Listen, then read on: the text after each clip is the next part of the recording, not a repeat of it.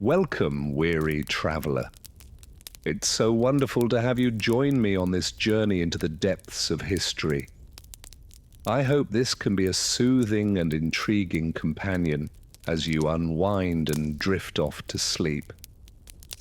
Before we begin, I'd love to know where in the world you're listening from and what time of day it is for you right now. Feel free to leave a comment and let me know how far across the globe these stories reach. And if you enjoy this kind of calm, immersive storytelling, please consider subscribing for more relaxing voyages into the past. Now make yourself comfortable, take a deep breath, and let your mind wander with me back to the fierce and fascinating world of the Vikings. When most people think of Vikings, they picture hulking warriors in horned helmets, brandishing swords and shields as they leap from long ships to raid and pillage. And while there's certainly truth to that image, it's only one small part of a much richer and more complex story. You see, for the Vikings, brutality wasn't just something they inflicted on others. It was woven into the very fabric of their daily lives. From the moment they were born, Vikings faced a harsh and unforgiving world that tested their strength, resilience, and sheer force of will. Theirs was a life defined by backbreaking labor, constant danger, and the ever-present specter of death. But the Vikings didn't just survive in this brutal environment. In many ways, they thrived. Through ingenuity, grit, and a society that valued courage above all else, the Vikings etched their names into history as some of the most fearsome and formidable people to ever walk the earth.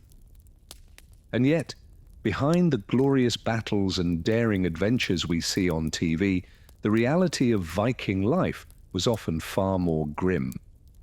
In the coming hours, we'll peel back the layers of myth and legend to uncover the true story of the Vikings.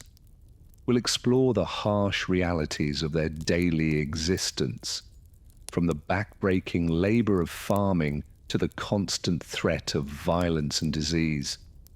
We'll meet some of the most fascinating figures of the Viking age, not just the mighty warriors, but also the wives and mothers who toiled behind the scenes, the Thachars who labored in bondage, and the outcasts who lived on the fringes of society.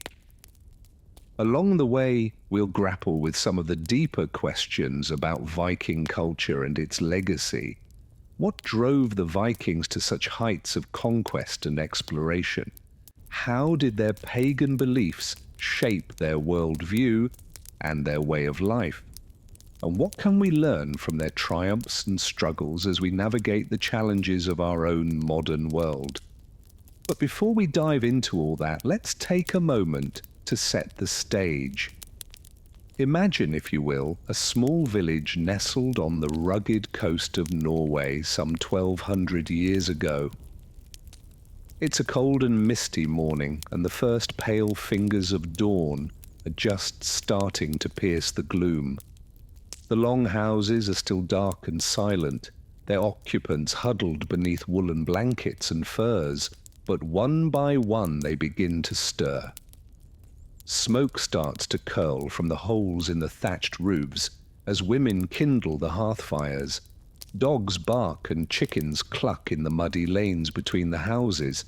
And down by the shore, where the long ships are pulled up onto the rocky beach, a group of men gather to discuss the day's labors. They are farmers and fishermen, craftsmen and traders. Their faces are weathered, and their hands are rough with calluses. Some bear the scars of battle or the marks of old injuries. They are the men of the village, the backbone of this small but close-knit community. And as the sun rises higher in the steel-grey sky, they shoulder their tools and head out to the fields and forests, the forges and the fishing boats to begin another long and grueling day. This is the world of the Vikings, a world of unrelenting toil, interspersed with bursts of wild adventure. And as we'll see, it was a world that demanded everything of those who inhabited it, from the highest lord to the lowliest thrall. So as you burrow deeper under the covers and feel your eyelids beginning to grow heavy, let your mind drift back to that distant time and place and prepare to experience the Viking Age as you've never seen it before, through the eyes of those who lived it in all its danger and drudgery, its squalor and its splendor. Our journey begins with a peek inside the fabric of Viking society itself. The complex web of clans, chieftains, and social hierarchies that ordered their world from birth until death. Olaf Tryggvason was one of the most influential figures in the Christianization of Scandinavia. Born into a powerful Norwegian family around 960 AD, Olaf had an eventful life that encapsulates the tensions and transformations of the Viking Age. As a young man, Olaf spent years raiding in the Baltic region and as far as England, amassing wealth, fame, and power. Contemporary sources describe him as a formidable warrior, tall, strong, and skilled in arms. But they also noted his keen mind and force of personality.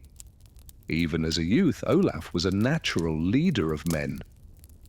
Everything changed for Olaf in 988 AD when he found himself in England at a critical juncture.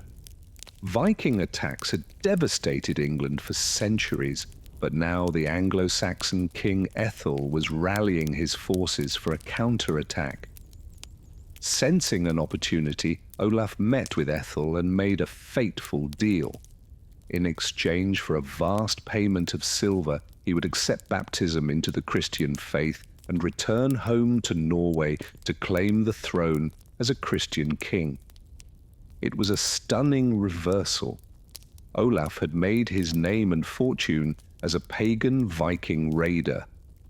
Now he was aligning with the English, abandoning the old gods and setting out to transform his homeland. The agreement speaks volumes about Olaf's pragmatism and political savvy. He could read the changing tides of history. Christianity was on the rise and Scandinavia's pagan traditions were waning.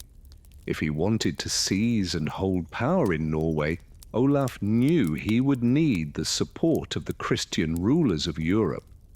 But Olaf was no passive convert.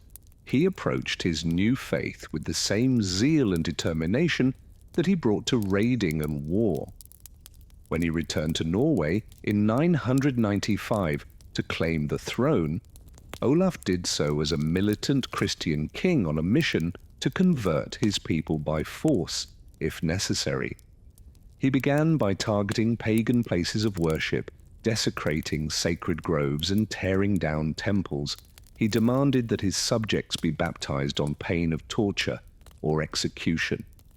According to one grisly account, Olaf had a pagan priest tied to a pole in the midst of his temple, which was then set ablaze. As the flames engulfed the wooden structure, Olaf called out and asked the priest where his gods were now. Not surprisingly, Olaf faced significant resistance from pagan chieftains and commoners alike. He spent years crisscrossing Norway, stamping out pagan rites and crushing any opposition to his rule. In a typical show of force, Olaf summoned a gathering of powerful chieftains to his long house. Once they were gathered inside, Olaf's men barred the doors, and the king offered his guests a stark choice: be baptized then and there, or be put to the sword. The chieftains submitted and were marched to a nearby river for a mass baptism. But for all his religious fervor, there was a strong pragmatic streak in Olaf's kingship. He knew that converting Norway was not just a spiritual task, but a political one. Christianity offered a unifying ideology that could help bind the fractious Viking chiefdoms under his rule. The Christian God demanded obedience to authority and to Olaf as his earthly representative. Olaf also used his ties to the church to build alliances abroad. He forged close links with the English King Ethelred and other Christian rulers on the continent. He sponsored missionaries and bishops from abroad, using their expertise to help spread the new faith. In doing so, Olaf was effectively bringing Norway into the orbit of Christian Europe. In the end, Olaf's mission met with mixed success. At the time of his death in battle in the year 1000, much of Norway had converted to Christianity, at least nominally, but the old pagan ways died hard, especially in remote corners of the land. It would take a few more generations for Christianity to become fully rooted in Scandinavian soil. Olaf himself passed into legend as the great warrior king who had brought the White Christ to Norway. The church even canonized him as a saint and martyr of the faith. In this sense, Olaf had achieved a kind of double immortality as a Christian saint and as an embodiment of Viking glory and daring. His life is a testament to the complexities of the Viking age. Olaf was a raider and a missionary, a pillager and a state builder. He straddled the pagan and Christian worlds, drawing power from both. In the end, he helped guide Scandinavia through a time of wrenching change, setting it on a course to join the broader currents of medieval Christendom. As the 11th century dawned, the Viking Age was coming to a close. The old ways were giving way to the new. The pagan gods were ceding ground to the Christian god, and the fierce independence of the Viking chiefdoms was bending to the authority of kingship and the church. It had been a brutal, tumultuous era in the history of Scandinavia and Europe. For centuries, the Vikings had burst forth from their northern homeland to explore, trade, and plunder. Their dragon-prowed ships had spread terror from the British Isles to the Caspian Sea. Their restless energy had driven them across the Atlantic to the shores of Newfoundland centuries before Columbus. But that energy was finding new outlets. Instead of raiding abroad, Scandinavians increasingly focused on building states and societies at home.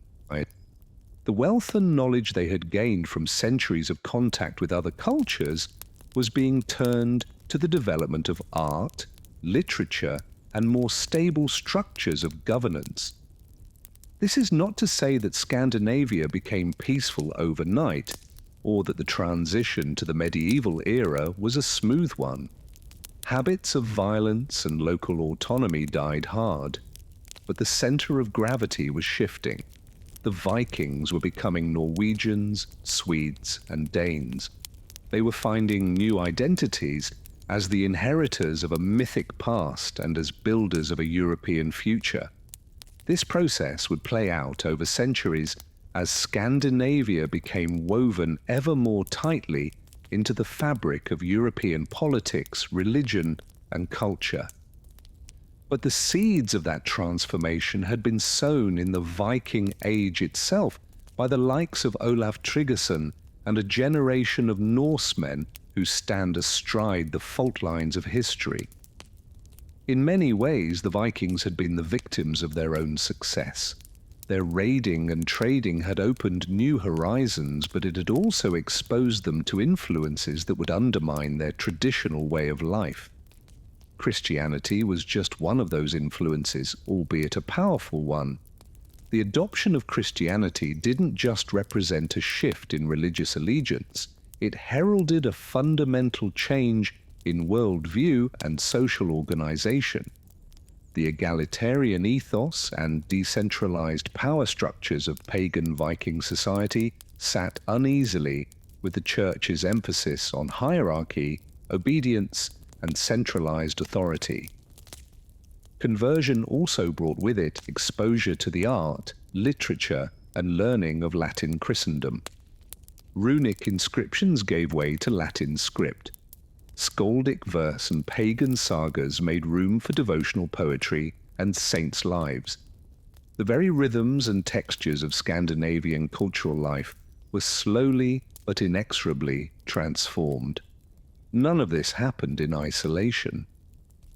Of course, the Viking world had always been deeply interconnected with the rest of Europe through trade, diplomacy, and cultural exchange, as well as raid and conquest.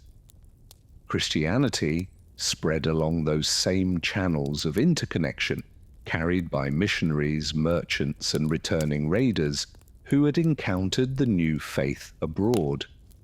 What we see in the time of Olaf Tryggvason and his successors is a kind of critical mass being reached, a tipping point at which the balance of cultural forces shifted decisively in favor of Christianity and the medieval European mainstream.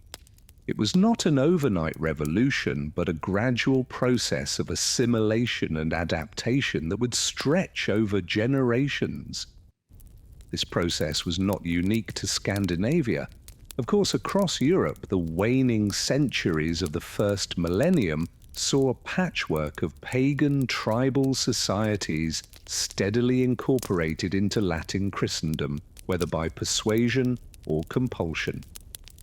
Scandinavia was one of the last pieces of that puzzle to fall into place, due in part to its geographic remoteness and the strength of its indigenous traditions. But fall into place it did. By the time of Olaf's death in 100 AD, Norway was a Christian kingdom, if a somewhat tenuously so. Denmark and Sweden would follow suit over the following century.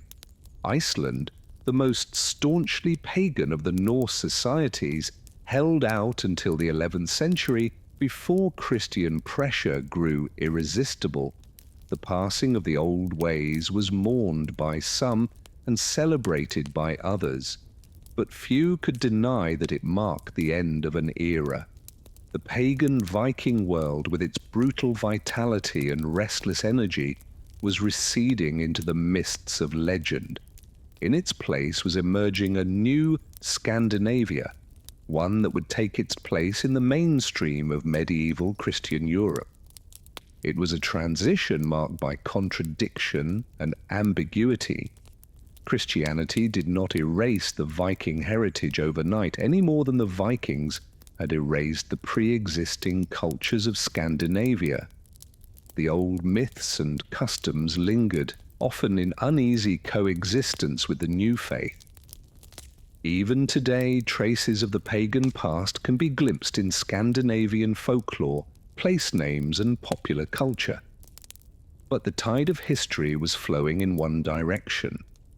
The age of the Vikings was passing, and a new age was being born. It was an age in which Scandinavians would continue to make their mark on the world, but they would do so as Norwegians, Swedes, and Danes, as Christian Europeans, rather than pagan raiders.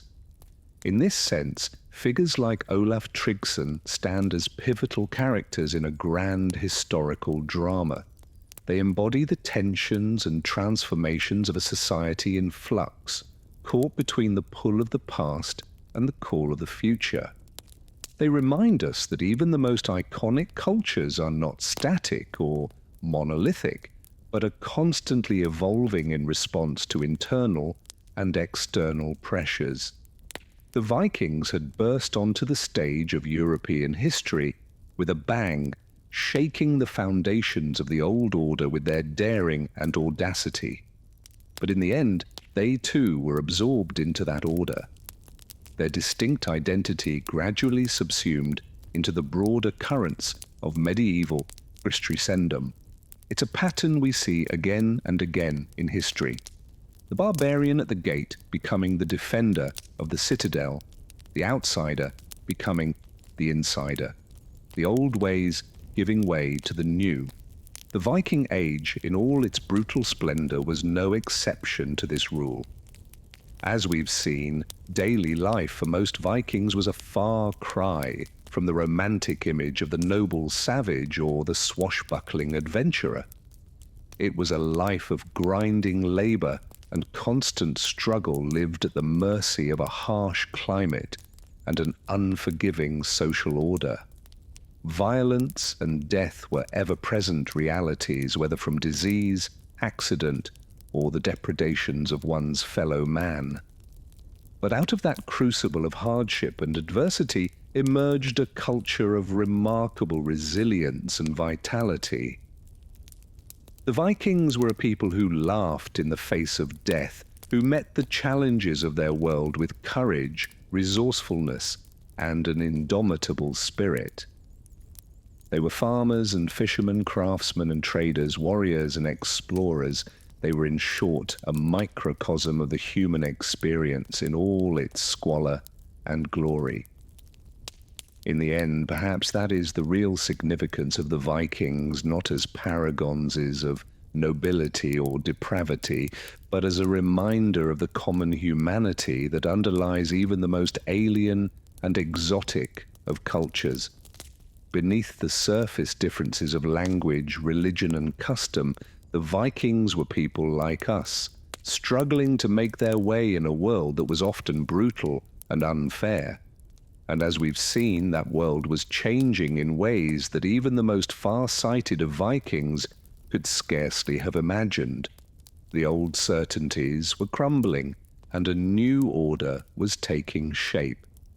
The pagan gods were yielding to the Christian god, and the fierce independence of the Viking chiefdoms was giving way to the centralizing power of kings and bishops. It was a transformation that would play out over centuries, and its full implications would not be clear for generations. But in the lives of people like Olaf Tryggvason, we catch a glimpse of the forces that were shaping the future of Scandinavia and Europe. Olaf himself embodies the contradictions and complexities of this pivotal era. A pagan warlord who became a Christian king, a Viking raider who became a missionary of the new faith. Olaf stood astride the fault lines of history, one foot planted firmly in the world of the Saragas, the other stepping into the realm of the saints. His story is a reminder that history is not a simple tale of progress or decline, but a complex tapestry woven from the choices and actions of countless individuals. Each of those individuals, from the mightiest king to the lowliest, that played their part in shaping the course of events, even if they could not always see the larger pattern that was emerging. As we've journeyed through the Viking Age, from the halls of the chieftains to the H-fell of the humble farmer. We've encountered that pattern in all its richness and diversity. We've seen how the Vikings lived and died, how they loved and fought, how they grappled with the great questions of life and death that confront us all. And in doing so, perhaps we've gained a little more insight into our own world and our own place in the great saga of human history. For all the differences that separate us from the Vikings, we are bound to them by the common threads of the human experience, the joys and sorrows, the triumphs and tragedies that make up the stuff of life. In the end, that may be the most enduring legacy of the Vikings. Not their deeds of daring or their feats of arms, but their reminder of the shared humanity that unites us across the centuries. They were a people who lived life to the fullest, even in the face of the most brutal adversity. And in that, perhaps, they have something to teach us still. As we close the book on this chapter of history, we do so with a renewed appreciation for the complexity and contingency of the human story. The Viking Age was a time of great change and upheaval, a time when the old world was giving way to the new, but it was also a time of great human drama of individuals and communities grappling with the eternal challenges of existence. In that sense, the story of the Vikings is not a closed book, but an ongoing tale that resonates down the centuries. It is a story that reminds us of the resilience and adaptability of the human spirit, of the capacity for both great brutality and great beauty that lies within us all. And it is a story that invites us to reflect on our own place in the great sweep of history, on the ways in which we too are shaped by the forces of change and circumstance, and on the choices we make in response to those forces. As we lay our heads down to sleep, perhaps we will dream of long ships and battles, of silver hordes and soaring runstones. But even if our dreams are more prosaic, we can carry with us the lessons of the Viking Age, the courage to face the unknown, the resilience to endure hardship, and the wisdom to know that even the greatest of eras must someday yield to the tides of change. In that knowledge, let us find the strength to meet the challenges of our own time and to write our own chapter in the ongoing saga of human history. For like the Vikings of old, we too are explorers and adventurers, makers and shapers of the world we inhabit. And who knows what marvels and wonders, what trials and triumphs await us on the horizon of tomorrow. That is a tale yet to be told, a saga yet to be sung. But as we drift off to sleep, let us do so with the confidence that, like the Vikings before us, we have the strength and the spirit to meet whatever fate may bring. Good night, and thank you for joining me on this journey through the brutal and beautiful world of the Vikings. May your dreams be filled with the stuff of legend, and may you wake to a world of endless possibility. For in the end, that is the greatest gift of history, the reminder that we are all part of a story much larger than ourselves, a story that will continue to unfold long after we are gone. And so as the embers of the hearth fire burn low and the shadows lengthen on the wall, let us take our leave of the Viking Age and set our sights on the future that beckons. For the saga of human history is not yet over, and there are still many chapters to be written. May we write them well, and may they be remembered long after we are gone. Good night and good luck, my fellow travelers, in time. The road ahead is long, but the journey is worth the taking.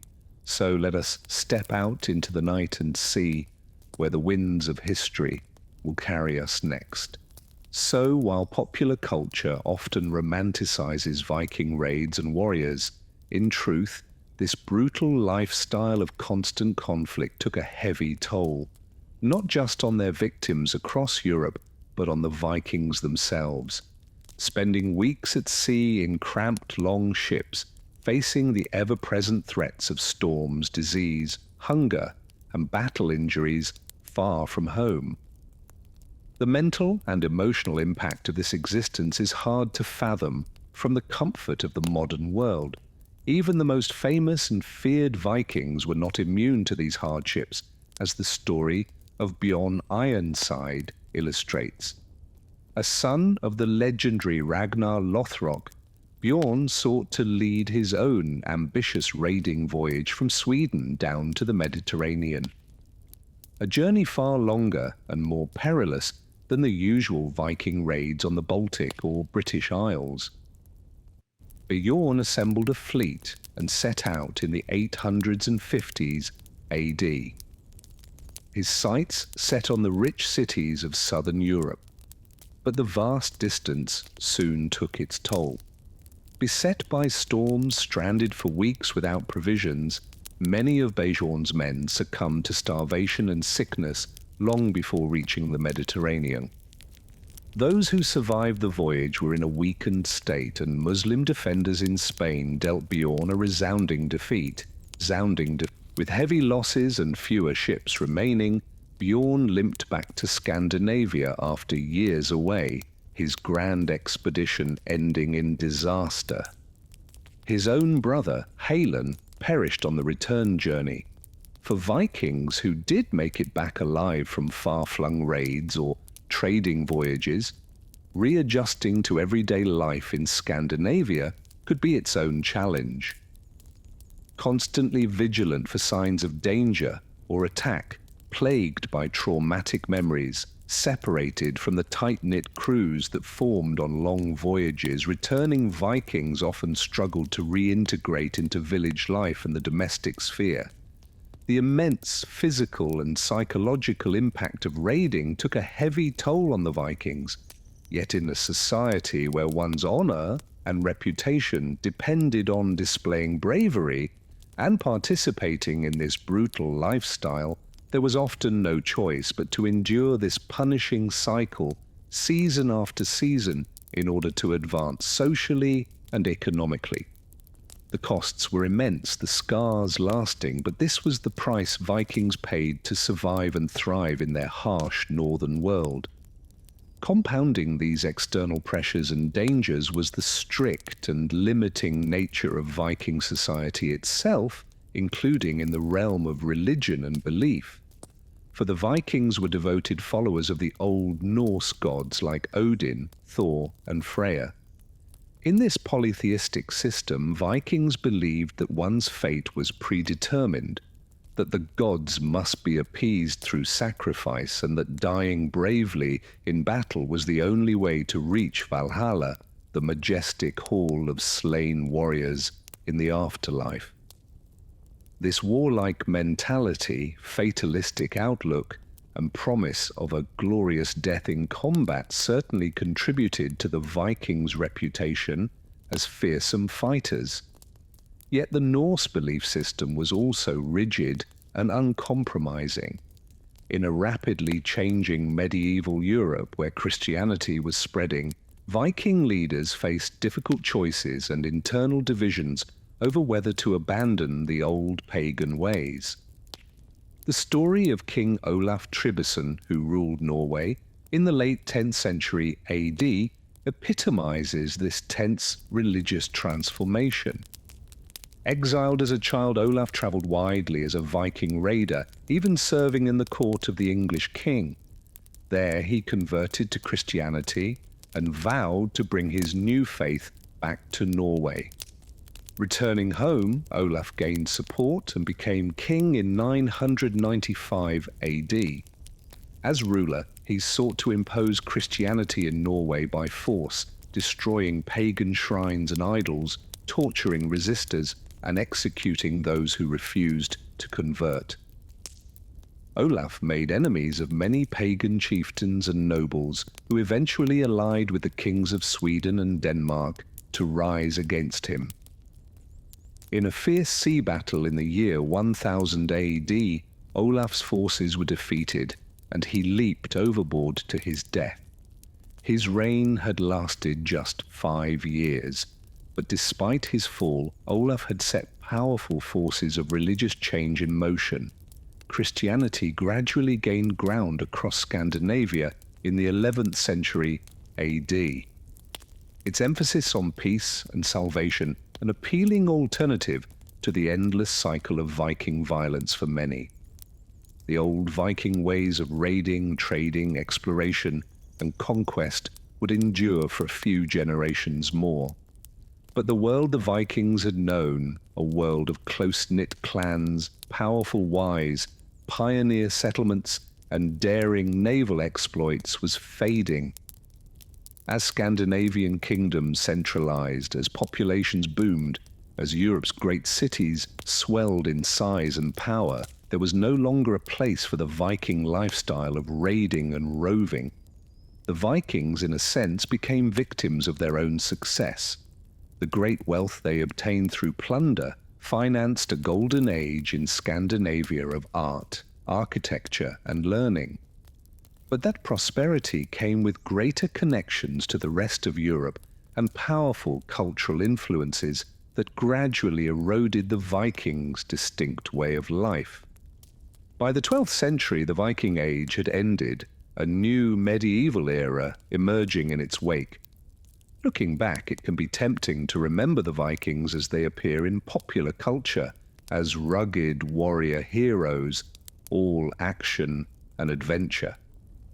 And it's true that Vikings were bold explorers and adept fighters, but their daily existence was defined far more by hardship and brutality than we often realize. For your average Viking, life was a constant struggle against the elements, disease, hunger, and violence. Both at home and on distant raids, the Vikings played a pivotal role in European history, establishing trade networks and kingdoms from Russia to Ireland, Canada to Constantinople. But on a human level, the costs were steep. Theirs was an often traumatic existence, steeped in blood and loss, a ceaseless fight for survival and status from birth until an early grave.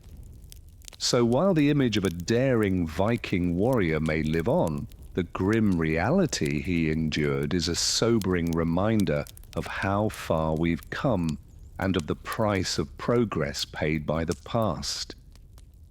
In a modern age of medicine, plenty, and relative peace, we can be grateful that the age of the Vikings is mercifully long gone. And with that thought, we come to the end of this journey into the lost world of the Vikings. I hope you found this boring history informative and relaxing as you drift off. Thanks for tuning in, and good night. As we've seen, the life of a Viking was a far cry from the glamorous, adventurous existence often depicted in popular media. Even for those at the top of the social hierarchy, like the renowned explorer Leif Erikson, daily life was filled with challenges and hardships that would be difficult for most modern people to even imagine. Leif was born into a prominent family, the son of Eric the Red, who founded the first Norse settlement in Greenland. Despite his privileged background, Leif's early years would have been marked by the same struggles that all Viking children faced: a harsh climate, a meager diet, and the ever-present threat of disease and violence. From a young age, Leif would have been expected to contribute to his family's survival, learning the skills of farming, hunting, and sailing that were essential for life in the Viking world. These were not easy tasks, and they would have required long hours of back-breaking labor, often in treacherous conditions. As he grew older, Leif began to accompany his father on expeditions, learning the ways of navigation and exploration that would later make him famous. But these voyages were not the thrilling adventures that we often imagine. They were grueling orals, weeks spent at sea in cramped and primitive longships, constantly at the mercy of the elements. Many men who set out on these journeys never returned, victims of storms, shipwrecks, or clashes with hostile peoples in foreign lands. Despite the dangers, exploration was a necessity for the Vikings, a way to find new sources of wealth and resources in a land that often could not sustain them. This was the world that Leif Erikson inhabited, a world where even the most successful and renowned individuals lived lives of constant struggle and hardship.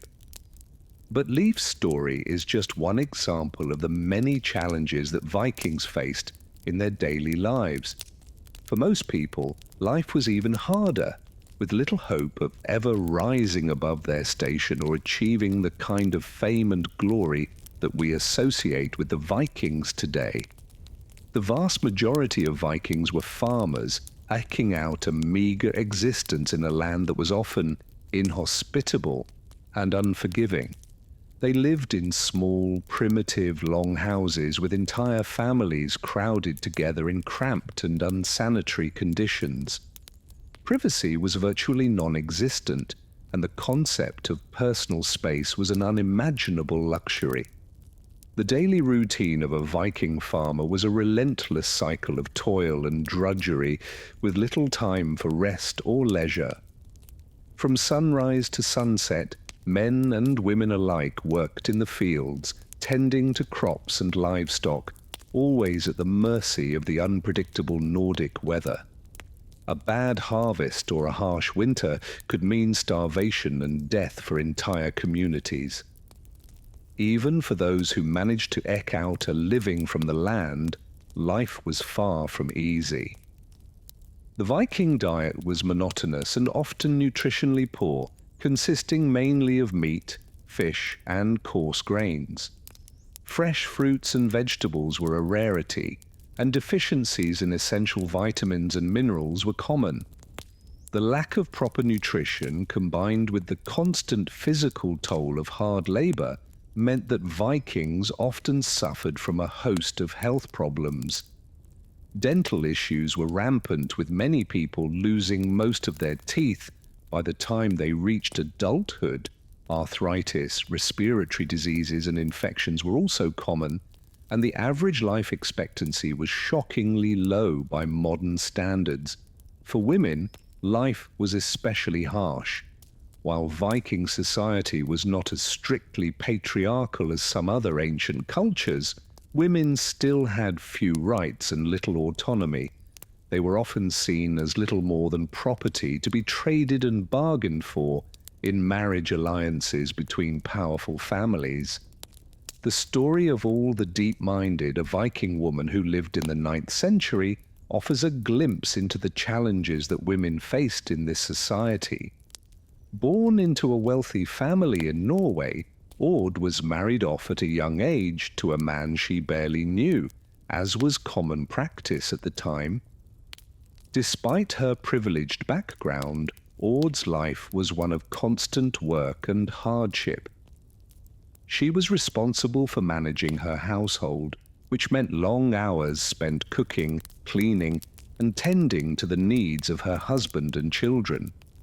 Like most Viking women, she had little say in the major decisions that affected her life, and was expected to bear her hardship stoically and without complaint. But Odd's story also reflects the incredible resilience and strength of Viking women. When her husband died, leaving her a widow with young children to support, or took charge of her own destiny, she gathered a group of followers and set sail for Iceland, where she established her own settlement and became a respected leader in her own right. Orr's story is a reminder that even in the harshest of circumstances, Viking women found ways to assert their agency and carve out a place for themselves in a society that often sought to marginalize and oppress them. But her story is also a testament to the incredible challenges that these women faced and the toll that their difficult lives could take. For most Viking women, life was a constant struggle for survival. With little room for personal fulfillment or happiness, they bore the brunt of the domestic labor, caring for children, and managing households in conditions that were often squalid and unsanitary. They faced the ever-present threat of disease, malnutrition, and complications from childbirth, which claimed the lives of many women at shockingly young ages. And yet, despite all of these hardships, Viking women found ways to create meaning and beauty in their lives. They were skilled craftswomen, producing intricate textiles and jewelry that are still admired today. They were healers and midwives, using their knowledge of herbs and natural remedies to care for the sick and injured, and they were storytellers and keepers of law, passing down the myths and legends of their people from one generation to the next. In many ways, it was the women who held Viking society together, providing the backbone of stability and continuity that allowed their communities to endure in the face of constant upheaval and change. Without their tireless labor and unwavering dedication, the Viking way of life could not have persisted for as long as it did. But even the most resilient of Viking women could not escape the specter of violence that haunted their society. In a world where clan loyalties and family honor were paramount, disputes between individuals and groups often escalated into bloody feuds that could last for generations. These feuds were governed by a strict code of honor and retribution, with insults and slights against one's family or clan demanding swift and often brutal retaliation. Men were expected to defend their honor at all costs, even if it meant risking their lives in battle or single combat. One of the most famous examples of this code of honor in action is the story of Egil Skallagrimsson, a Viking warrior and poet who lived in the 10th century. Egil was known for his quick temper and his skill in battle, and he spent much of his life embroiled in a series of bitter feuds with rival clans and chieftains. One of the most notorious episodes in Egil's life came when he was just a young man, and his father was killed in a dispute with a powerful Norwegian nobleman. Egil took it upon himself to avenge his father's death and set out on a mission of retribution that would consume him for years to come. Over the course of his life, Egil fought in countless battles and duels, always seeking to defend his honor and avenge the wrongs done to his family. He was feared and respected throughout the Viking world for his prowess as a warrior, but his life was also marked by tragedy and loss. In the end, Egil's story is a reminder of the toll that this culture of violence and retribution could take on individuals and families. While the Vikings are often celebrated for their warrior spirit and their courage in battle, the reality is that this lifestyle came at a terrible cost. For every Viking warrior who achieved fame and glory on the battlefield, there were countless others who died young, cut down in the prime of their lives by the swords and axes of their enemies. And for every family that rose to prominence through their skill in combat, there were many more who were torn apart by the endless cycle of violence and revenge. This is the dark underside of the Viking Age, the reality that is often obscured by the romanticized image of the noble warrior that has become so prevalent in popular culture. It is a reminder that for all their achievements and innovations, the Vikings were ultimately a product of their time, shaped by the brutal realities of life in a harsh and unforgiving world. And yet, even in the face of these challenges, the Vikings managed to create a rich and enduring culture that left an indelible mark on the world. Their art, their literature, and their mythology continue to inspire and captivate people to this day, centuries after the last Viking longship set sail. Perhaps this is the true legacy of the Vikings. Not the violence and the brutality that so often defined their lives, but the incredible resilience and adaptability that allowed them to thrive in the face of unimaginable hardship. It is a legacy that speaks to the enduring power of the human spirit and to the ability of even the most marginalized and oppressed people to create something beautiful and lasting in the face of adversity. As we look back on the history of the Viking Age, it is important to remember this legacy and to honor the men and women who lived and died in this remarkable time. They may have been born into a world of violence and hardship, but they also gave birth to a culture that continues to enrich and inspire us to this day. And so as we drift off to sleep, let us spare a thought for the Vikings. Not just the warriors and the explorers, but the farmers and the craftsmen, the wives and the mothers, the poets and the storytellers. Let us remember the incredible sacrifices they made and the enduring legacy they left behind. In the end, the story of the Vikings is a story of the human condition, of the incredible capacity for both cruelty and kindness, for both violence and beauty that lies within us all. It is a story that reminds us of the importance of resilience and determination in the face of adversity, and of the power of the human spirit to endure and overcome even the darkest of times. So let us take inspiration from the Vikings and from all those throughout history who have faced the challenges of their time with courage and grace. And let us strive to create a world where the hardships and the brutalities of the past can be consigned to memory, and where all people can live lives of dignity, compassion, and peace. Thank you for joining me on this journey through the history of the Viking Age. I hope that this exploration of the realities of Viking life has been both informative and thought-provoking, and that it has shed new light on a fascinating and often misunderstood chapter in human history. As we conclude this podcast, I invite you to reflect on the lessons that we can learn from the Vikings and from all those throughout history who have faced adversity with courage and determination. May their stories inspire us to create a better and more just world for all. And with that, I bid you good night and sweet dreams. Thank you for listening to Boring History for Sleep. Life for Viking women was particularly harsh and constrained by modern standards.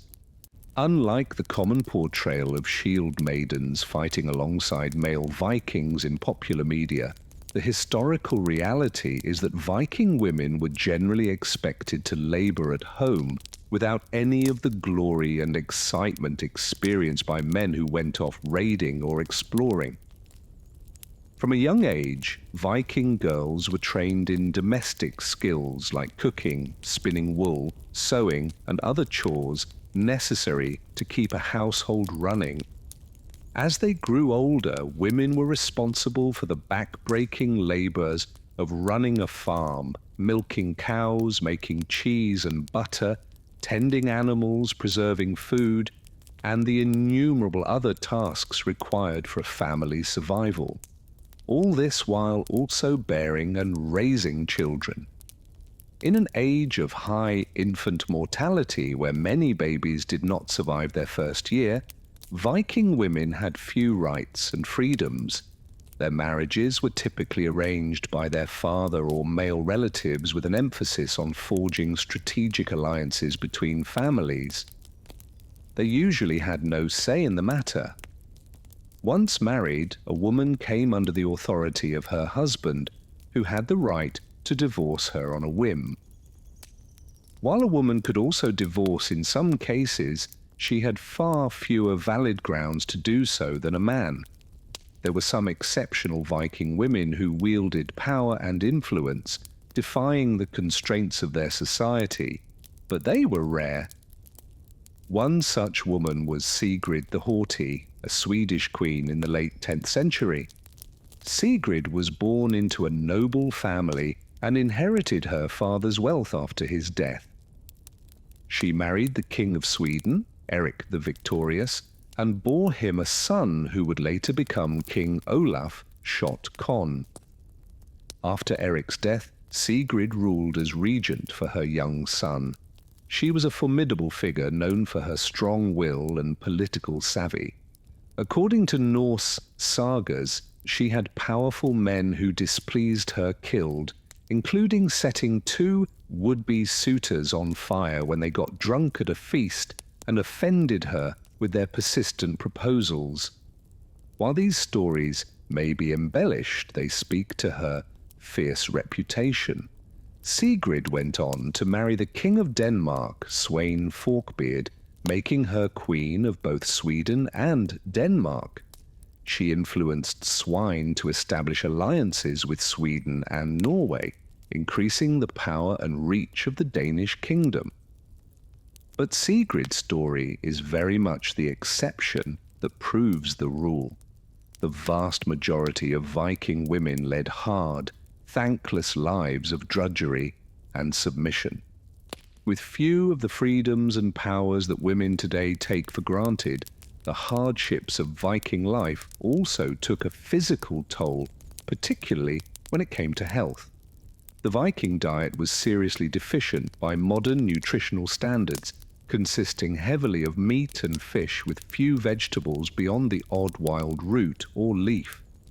In the cold northern climate of Scandinavia, growing crops was difficult, so Vikings relied mainly on livestock for sustenance.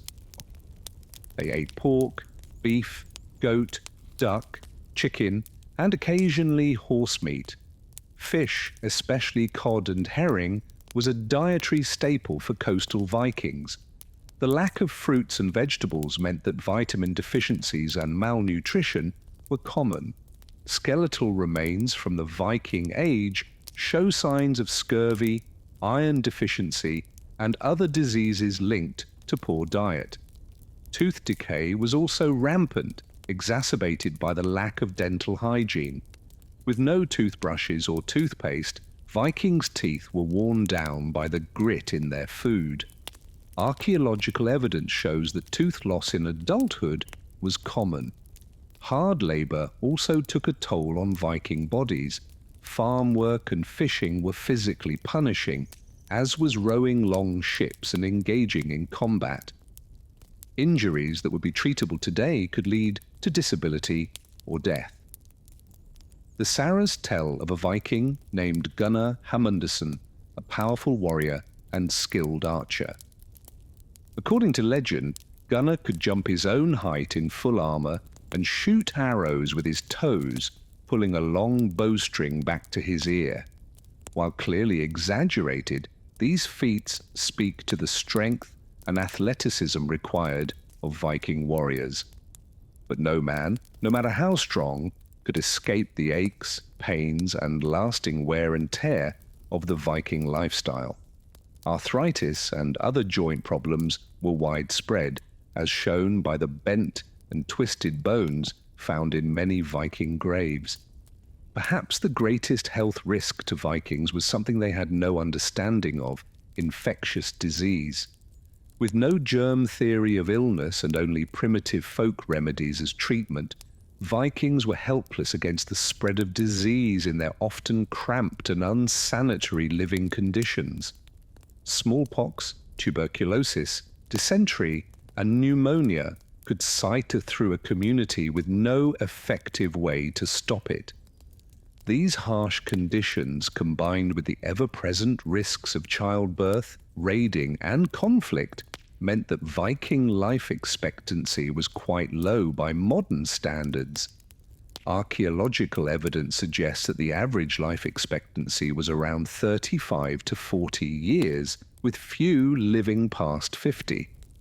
Many children did not survive to adulthood, succumbing to disease or accidents. Of those that did, men tended to die earlier than women, likely due to their strenuous and dangerous lifestyles. For Vikings, death was a constant companion, an inescapable fact of daily existence. They believed that a person's time of death was predetermined by the Norns, the Norse fates, who measured and cut each person's lifeline. In their worldview, the best one could hope for was a good death, one that would be worthy of a tale. For a warrior, this meant dying bravely in battle, sword in hand. But for most Vikings, fishermen, farmers, merchants, and housewives, a straw death in bed was the unglamorous reality. The spectre of mortality hung over every aspect of Viking life, adding a grim urgency to their worldview. The Norse religion held that worthy individuals would be chosen by the Valkyries to live on in Valhalla after death, drinking and fighting until the final battle of Ragnarok.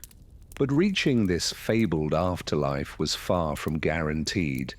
For most, the shadowy underworld of Helheim awaited, ruled over by the monstrous goddess Hel. The best a man or woman could do was to live each day to its fullest, knowing that it could very well be their last.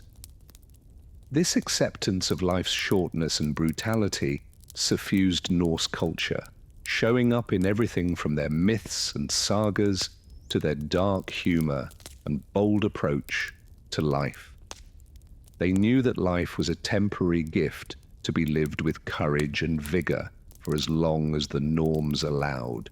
In the Havimol, a collection of Norse wisdom poetry, the god Odin reflects, "Cattle die, kinsmen die, we ourselves also die, but the fair fame never dies of him who has earned it." For most Vikings, fair fame was out of reach, but they faced the harsh realities of their world with a grim determination that we can scarcely imagine today. They toiled and fought and suffered, snatching what joy they could between the hardships, and when the end came, as it does for us all, they aimed to meet it with clear eyes and a courage forged in the unforgiving crucible of the Viking Age.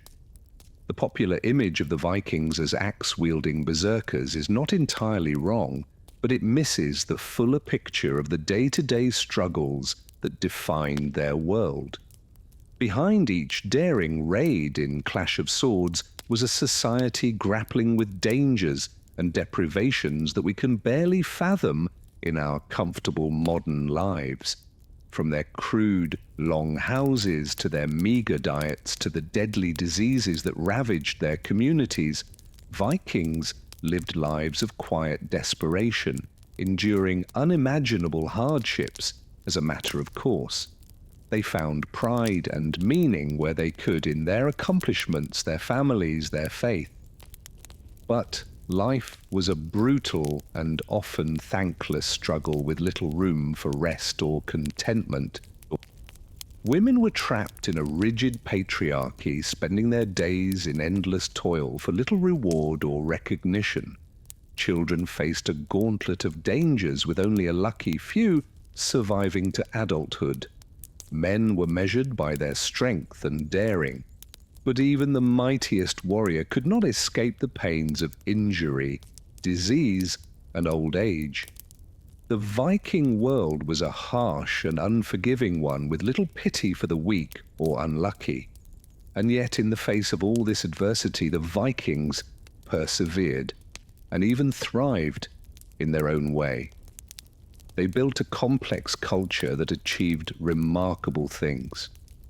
From the great trading center of Hedby to the far-flung colonies of Iceland and Greenland, they crafted intricate works of art.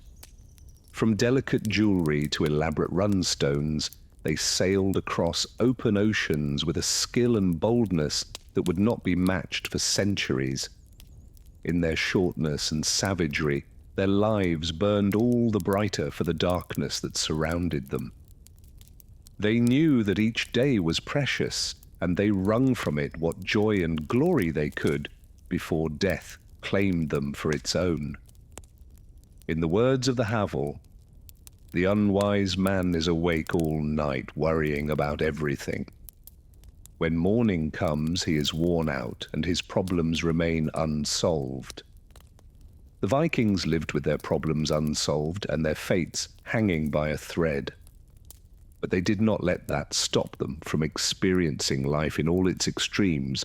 They raged against the dying of the light even as it consumed them, and in doing so they left a legacy that still captures our imaginations today, not just for their brute ferocity, but for their indomitable human spirit in the face of a world that knew little of mercy or kindness. Though their lives were often nasty, brutish, and short by our standards, there is a strange sort of envy that colors our modern fascination with the Vikings. In a world of soft comforts and existential ennui, we can't help but be drawn to those who lived and died by their own strength and wits, leaving their mark on the world through sheer force of will. The Vikings, for all their faults and foibles, possessed a rare sort of vitality that seems to grow rarer by the day. As we close this exploration of the hardships and brutalities of Viking life, perhaps that is their greatest legacy, not their raids or their riches, but their tenacious grip on life in a world that seemed perversely stacked against it. They knew better than most how quickly it could all be snatched away by a vengeful rival, a hidden disease, a stormy sea, or the cruel whims of the Norns. And yet they lived all the same, boldly, unapologetically, squeezing what colour and fire they could from their meagre allotment of days. For those of us who live in a world of undreat, of abundance and ease, it is a bracing reminder that life has rarely been kind or fair for much of human history. The Vikings endured tragedies and hardships as a matter of course that would shatter most modern psyches. And yet they found the strength to live on, to fight and love and leave their runes upon the world. So when we look back on the Vikings with a romanticized awe, it is perhaps not just their deeds that capture our imagination, but the dauntless spirit that drove them. In a world that had yet to be tamed, they stood tall and unflinching, staring down each day as it came with a fierceness that still echoes through the centuries. Their lives were undoubtedly harsher and more harrowing than we can fully comprehend from our vantage point of comfort and safety. And yet, in their refusal to bend or break before the unforgiving cruelty of their age, the Vikings left us a strangely inspiring testament to the tenacity of the human will. They walked through the world unbowed and unbroken, even as it battered them from every side. And in that there is a grim sort of glory that still shines through the blood and darkness of their era. As we close the book on this exploration of the hardships of Viking life, let us carry with us a measure of their resilient spirit, not their violence or their raiding, but their stubborn, unshakable grip on life in a world determined to snatch it away. They lived fiercely and died young, but they did not go gently into that good night. They raged against the dying of the light with every breath, leaving an indelible mark on history in the process. And so as we drift off into the welcoming arms of sleep, let us spare a thought for those marauders of old, not just for their deeds and their daring, but for the unyielding human spirit that drove them. In a time of plagues and famines, of mud and blood and icy darkness, they found the strength to live on. May we, in our own way, strive to do the same. As we've seen, life for Viking women was filled with endless domestic chores and grueling physical labor, with few outlets or escapes from this taxing daily grind. But some remarkable women managed to break the mold and make names for themselves on their own terms. One such woman was Sigrid the Haughty, a Swedish noblewoman who lived in the late 10th century. Sigrid was beautiful, intelligent, and strong-willed, qualities that soon attracted powerful suitors from across Scandinavia and beyond. But Sigrid was not content to be merely a political pawn or trophy wife. According to the sagas, she set a bride price for herself of nothing less than the entire kingdom of Sweden. The first man bold enough to seek Sigrid's hand was King Harald Ginski of Vestfold in southern Norway. Harald was handsome and charming, and initially Sigrid seemed to welcome his advances. But when the time came for Harald to pay the bride price and take Sigrid as his wife, she had him and his men burned alive inside a great hall. Sigrid, it seems, was not a woman to be trifled with. Word of this shocking event soon spread across the Norse world, and Sigrid came to be known as Sigrid the Haughty for her uncompromising stance. But rather than deter other suitors, it only seemed to inflame their desire for this beautiful and formidable woman. Next to try his luck was the powerful King Olaf Tryggvan of Norway, a passionate advocate for Christianity in the Norse lands. Olaf was determined to make Sigrid his wife, both as a matter of politics and of faith. As a Christian, he considered it his duty to convert this pagan woman and save her immortal soul. But Sigrid was not about to abandon the old god simply because some pompous king demanded it. "I shall not part from the faith which my forefathers have kept before me," she declared. Incensed by her refusal, Olaf flew into a rage and struck Sigrid across the face with his glove, bloody her nose. But if he expected this display of dominance to cow Sigrid into submission, he was sorely mistaken. Eyes flashing with fury, she rose to her feet and delivered a warning Olaf would soon come to regret. "This may someday be thy death," Sigrid declared, before storming out and severing all ties with the brash Norwegian king. Sigrid's prophecy would prove true just a few years later, when Olaf Tryggvason met a watery end at the Battle of Solder. According to the sagas, Sigrid had in the meantime married King Sweyn Forkbeard of Denmark, and the two joined forces with Olaf's rivals to bring about the Norwegian king's downfall.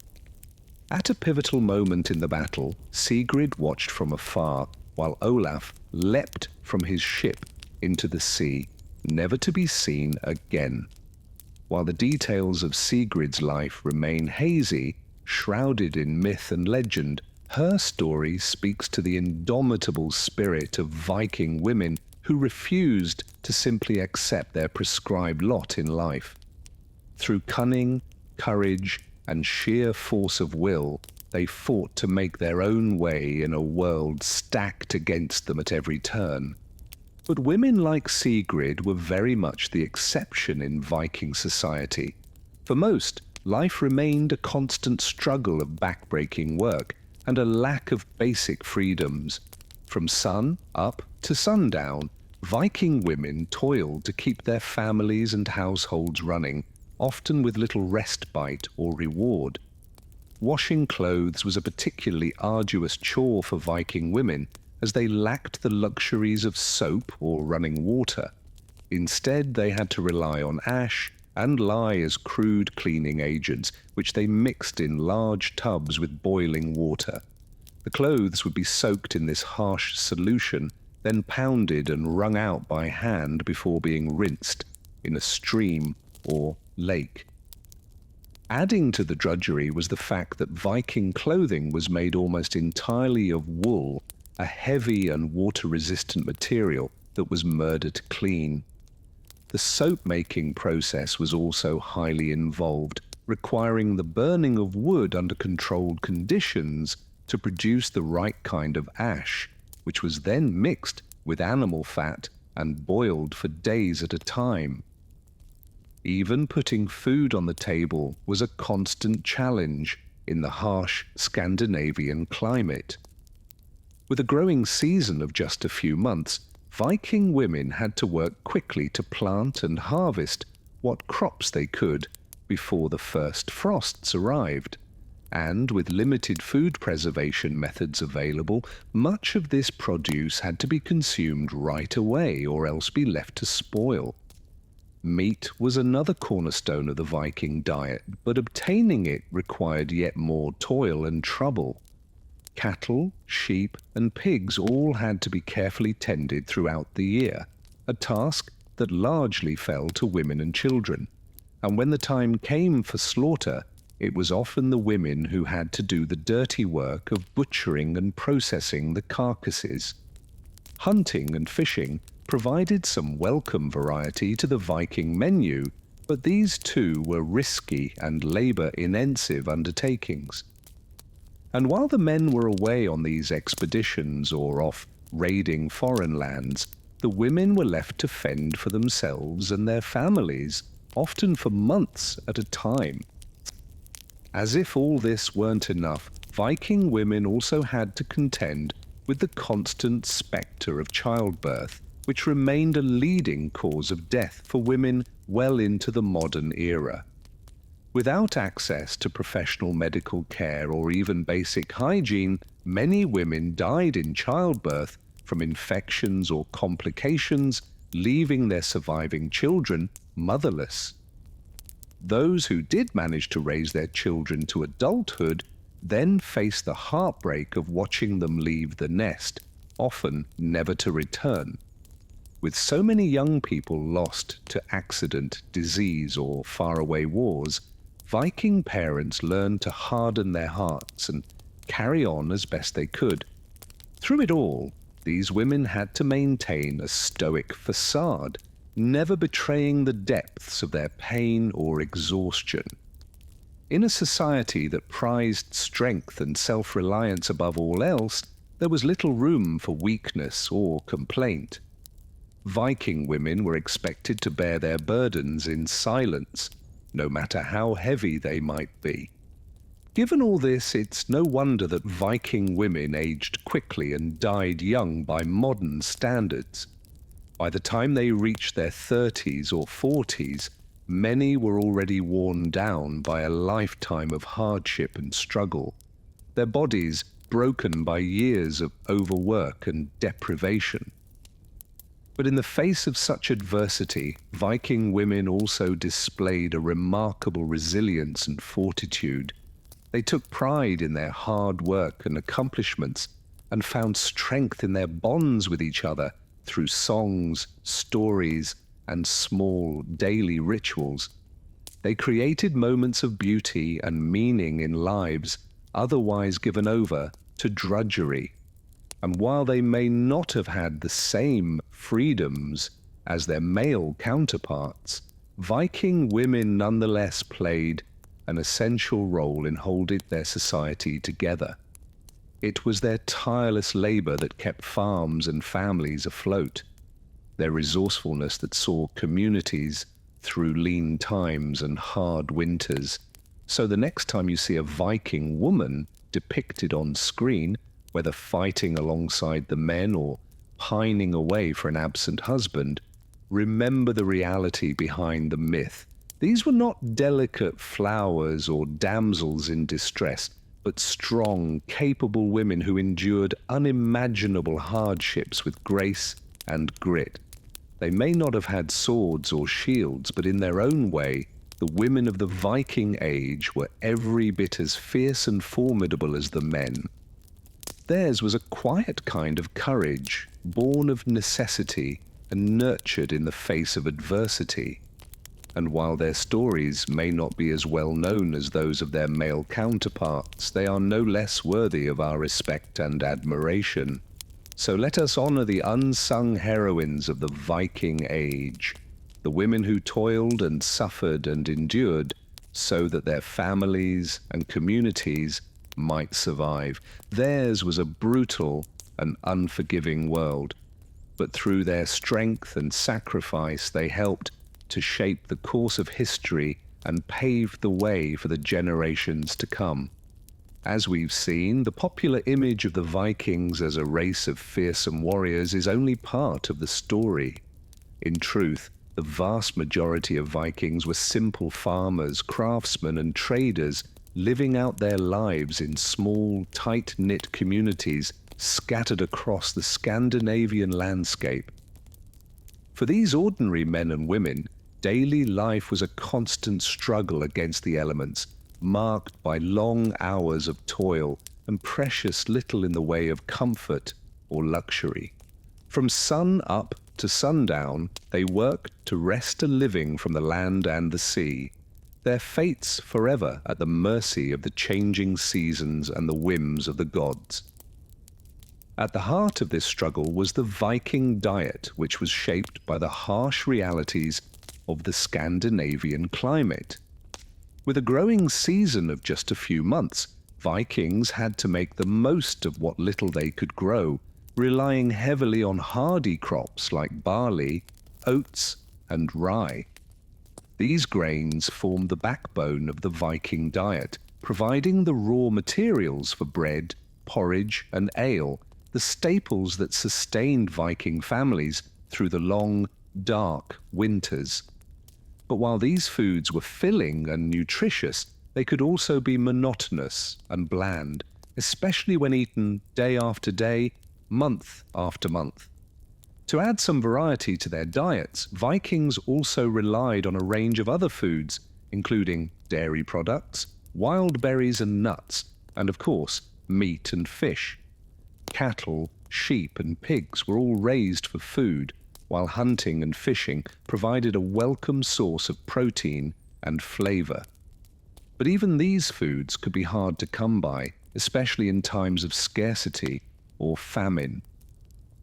In lean years when the crops failed or the animals sickened, Viking families might be reduced to eating whatever they could scavenge or forage, a meager diet of roots, bark, and even moss. And even in the best of times, the work of putting food on the table was never ending. Cattle and sheep had to be tended, pigs had to be fattened, and crops had to be planted, harvested, and stored away for the winter. This was back-breaking labor that required the efforts of the whole family, from the youngest children to the oldest grandparents. But perhaps the greatest challenge of Viking life was not the work itself, but the toll it took on the body and mind. With little in the way of medical knowledge or treatment, Vikings were vulnerable to a host of illnesses and injuries that could strike at any time, leaving them weakened, disabled, or even dead. Infections were a constant threat in a world without antibiotics. While malnutrition and vitamin deficiencies were all too common among the poor and underprivileged, childbirth, too, remained a risky and often deadly undertaking for Viking women, who had to rely on the skills of midwives and the strength of their own bodies to see them through. Given all this, it's no wonder that life expectancy in the Viking Age was shockingly low by modern standards. Most Vikings died before they reached the age of 50, and many never even made it out of childhood. Infant mortality was especially high, with as many as half of all children dying before their 8th birthday. For those who did manage to survive into adulthood, old age brought its own set of challenges and indignities. With no pensions or social safety net to fall back on, elderly Vikings had to rely on their families or communities for support, a burden that not everyone was willing or able to bear. In some cases, aging Vikings might even take matters into their own hands, choosing to end their lives on their own terms rather than fade away into obscurity and despair. The practice of silicide, the killing of the elderly or infirm, was not unheard of in Viking society, though it remains a controversial and poorly understood topic. But for all the hardships and suffering they endured, the Vikings were also a resilient and adaptable people with a deep reservoir of strength and determination. Through their ingenuity and grit, they managed to carve out a life for themselves in one of the harshest and most unforgiving environments on Earth. They built sturdy homes and ships, crafted intricate works of art and jewelry, and explored the far reaches of the known world, leaving an indelible mark on history that endures to this day. And while their lives may have been short and often brutish, they were also marked by moments of great joy, passion, and beauty. So as we reflect on the Viking Age and all its complexities, let us remember the men and women who lived and died during this remarkable time. Not as bloodthirsty barbarians or noble savages, but as flawed, fallible human beings struggling to make their way in a world that was often cruel and unforgiving. Let us honor their sacrifices and celebrate their triumphs while also acknowledging the darker aspects of their society and culture. And let us strive to learn from their example to face our own challenges with the same courage and determination that carried the Vikings through their darkest hours. For in the end, the story of the Vikings is not just a story of violence and conquest, but of resilience and survival in the face of impossible odds. It is a reminder that even in the bleakest of circumstances, the human spirit can endure and even thrive through the power of community, family, and sheer force of will. So the next time you find yourself struggling with your own battles, whether large or small, remember the Vikings and their indomitable spirit. Draw strength from their example and know that you too have the power to overcome whatever obstacles life may throw your way. And if you ever find yourself tempted to romanticize the Viking Age as a time of adventure and glory, remember the reality behind the myth, the back-breaking labor, the constant threat of disease and violence, the endless cycle of birth and death that marked the lives of even the mightiest warriors and kings. But remember too the moments of beauty and grace that shone through the darkness, the love between family members, the bonds of friendship and loyalty, the simple joys of a hearty meal or a well-elled tale around the flickering light of a hearth fire. These are the things that make us human, and they are the things that endure long after the battles have been fought and the ships have sailed away into the mists of time. They are the legacy of the Vikings and of all the countless generations who came before and after them. A reminder that even in the face of the greatest adversity, life goes on and hope endures.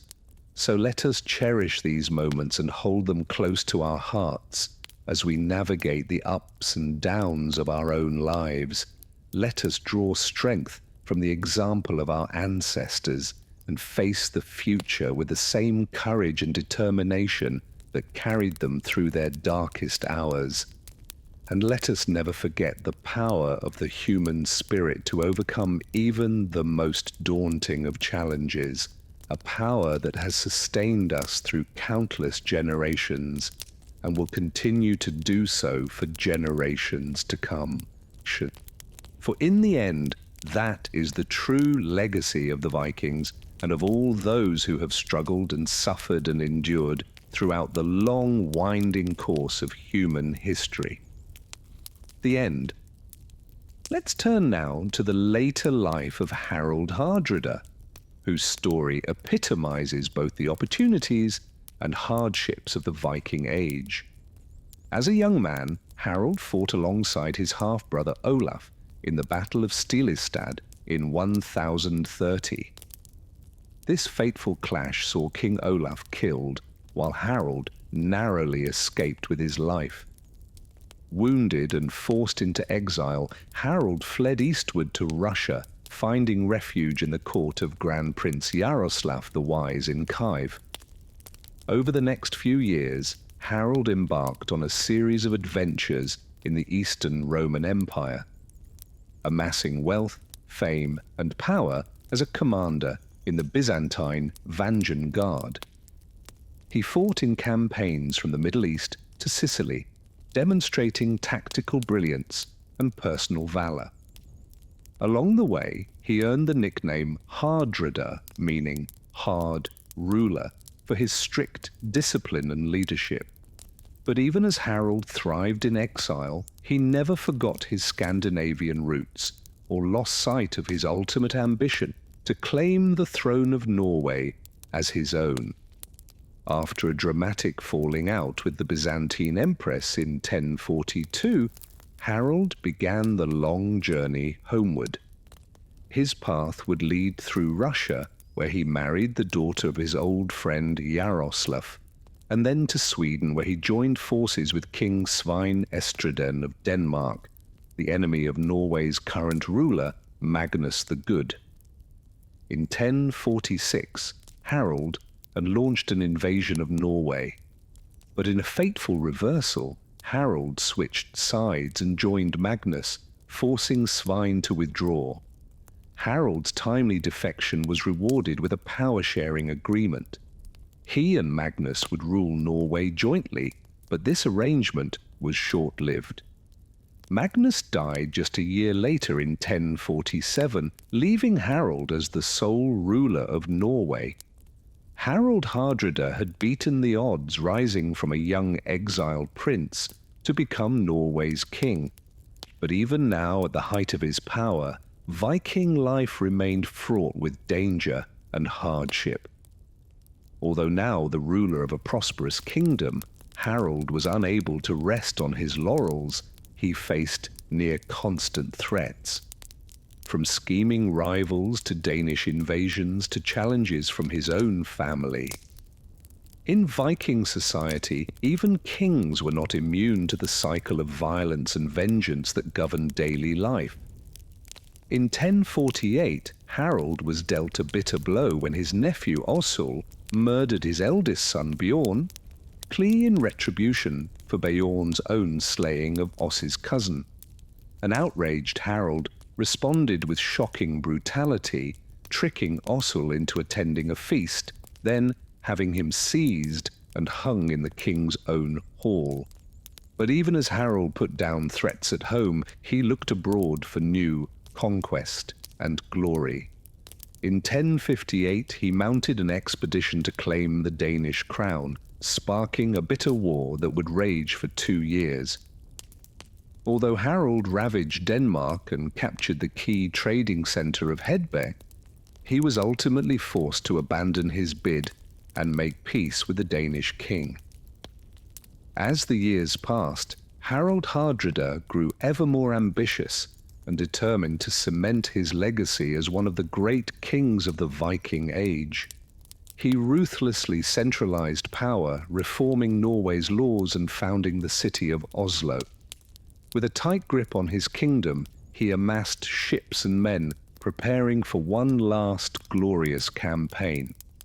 In 1066, a 50-year-old Harald Hardrada launched the greatest gamble of his long career, sailing for England with dreams of conquering another kingdom. His invasion would end in disaster at the climactic Battle of Stamford Bridge, where Harold fell to an army led by the English king Harold Godwinson. It was a warrior's death, a fitting end for the last of the great Viking kings. Harald Hardrada's remarkable life, full of dizzying highs and devastating lows, illustrates the fine line walked by even the most exceptional Vikings. In a society defined by constant struggle and hardship, even great kings were only ever one step ahead of a violent end.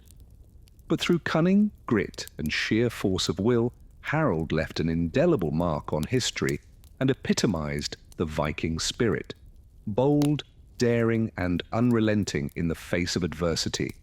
And yet, as remarkable as Harold's story was, it was in many ways an exception to the rule. For the vast majority of Vikings, both men and women, daily life promised no glorious adventures or royal renown, only ceaseless labor and lurking danger. Perhaps no group felt the weight of this harsh reality more heavily than Viking women. While men might dream of fair-off lands and battlefield glory, women were tethered to the thankless drudgery of Norse homesteads. Let us imagine a day in the life of one such woman, or the deep-minded, a wife and mother in 10th century Iceland, or awoke before dawn in the closed, smoky confines of her family's long house. She extracted herself carefully from the tangled sleeping pallet shared with her husband, children, and several other families. Careful not to disturb the still slumbering household. Aud padded across the packed earth floor to stoke the hearth. As she coaxed the smouldering embers back to life, his mind turned to the long day of labor ahead. There would be animals to tend, meals to prepare, children to wrangle, and cloth to weave. Like all Viking women, Aud would scarcely have a moment to herself, from sun up to sundown. With the fire crackling and the long house slowly brightening, Al slipped outside to milk the family's small herd of cattle. The pre-dawn air was crisp and cold, stinging her skin as she squatted on a rough wooden stool, expertly squeezing streams of milk into a waiting pail. The cattle loaded softly, their breath puffing in the chill. Returning to the long house, pail in hand, Odd set about making sky, the thick, sour, yogurt-like staple of the Viking diet. She poured the fresh milk into a large wooden vat, whisking in a small portion of yesterday's sky to begin the culturing process. Later, she would drain and press the mixture to achieve the proper consistency. As the rest of the household began to stir awake, Aud ladled portions of boiled barley porridge into wooden bowls. Her children, 2 young sons and a daughter, eagerly slurped the hot gruel, while her husband, Halfred, bolted his share and strode out to survey the family's sheep pasture, with hardly a word of greeting or thanks. With breakfast served and cleared, Old turned to her next chore, the taxing, time-consuming labor of weaving woolen cloth. All of her family's clothing, blankets and sails depended on her ceaseless toil at the upright loom that dominated one wall of the long house. Hour after hour passed the woolen weft through the warp threads, slowly building up row after row of close-knit fabric. The tedious work left her back and fingers aching, but she had little choice. A Viking wife's worth depended on the quality of her handiwork, a skill honed by a lifetime of practice, awed 35 hours a week to weaving. As the short autumn day began to weaken, Aud turned her attention to preparing the evening meal. With her sons out learning to fish and her daughter beside her grinding grain into coarse flour, Aud set about the familiar routine. Into a large iron pot suspended over the hearth, she tossed handfuls of barley and dried peas, followed by leeks, onions, and the better part of a dried mutton leg. The savory scent of mutton stew filled the smoky air of the long house as Aud's family trickled in from their labours in the field and byre. Over the dinner table, Halfred regaled the family with news of a brewing feud with a neighbouring clan whose sheep had crossed a disputed boundary. Aud listened silently, keenly aware that such squabbles all too often erupted into bloodshed. With dinner finished and the children subdued, a weary Old at last retired to the family's sleeping platform. In the close darkness, surrounded by the breathing and snoring of her loved ones, she reflected on the day that had passed. So much like countless days before, a life of endless work, scarce comfort, and constant uncertainty. This was the stark reality for Viking women like Odd, not the fantasy of shield maidens and Valkyries, but the grinding labor and dull anxiety of running a household on the harsh edges of the medieval world. With little power, few rights, and virtually no choice over their fates, Viking women bore the brunt of the age's brutality. While their husbands, fathers, and sons might occasionally glimpse adventure, glory, or wealth on distant raids, Viking women remained bound to the cyclical toil of farm and family, their horizons hemmed by the ceaseless demands of survival. It was a life that left precious little room for rest, joy, or self-determination. But in meeting that unforgiving challenge day after day, women like the deep-minded showed a quiet, unseal-elabrated heroism, no less vital than the vaunted feats of Viking warriors, stoic, resilient, and instrumental in holding the world together. These unsung figures were the bedrock upon which Norse society endured, even as Viking men crashed across the stages of history. As sleep at last overtook, or the deep darkness of the long house enveloped her, the only sound the soft breathing of her children. On the tomorrow the daily struggle would begin anew. The animals to tend, the meals to prepare, the fabric to weave. But for a few precious hours, Aud could surrender to the embrace of slumber, gathering strength for the challenges ahead. While Odd's story is fictional, it reflects the sobering historical reality for Viking-era women. It's a perspective often overlooked in our popular imaginings of the period.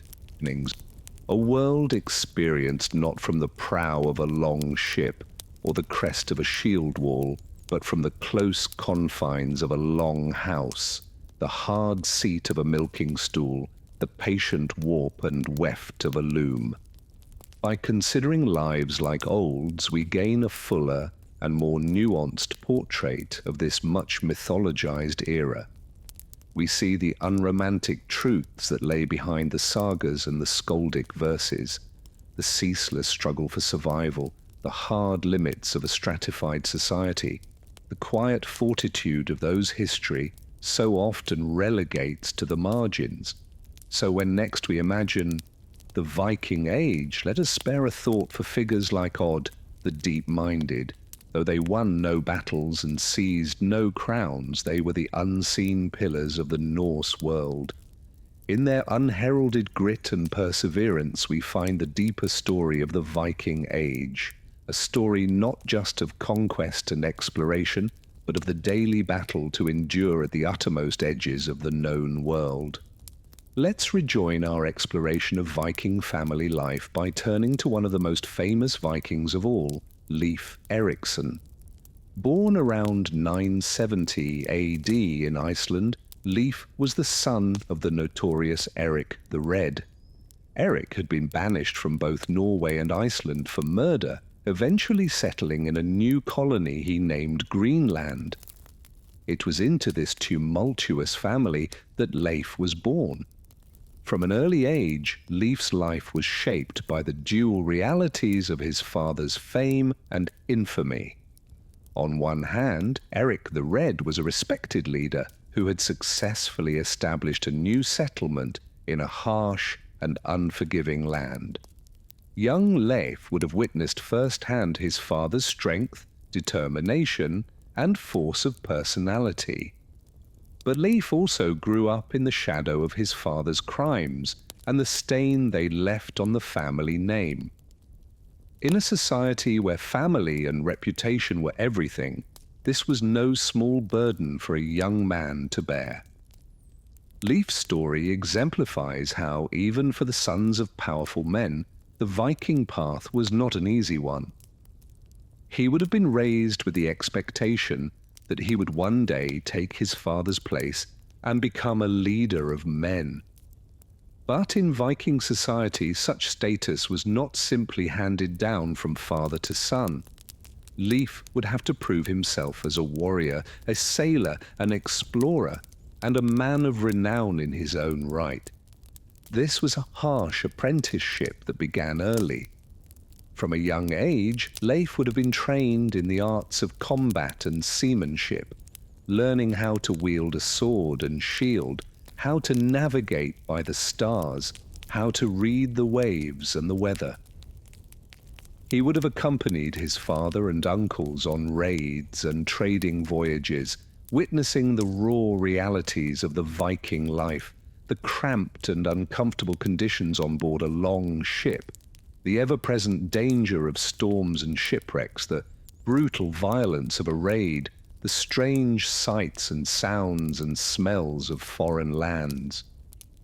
For a young Viking boy, there was no gentler introduction to adulthood. You learned through living and sometimes only by nearly dying. As he came of age, Leif stepped out of his father's shadow to make a name for himself.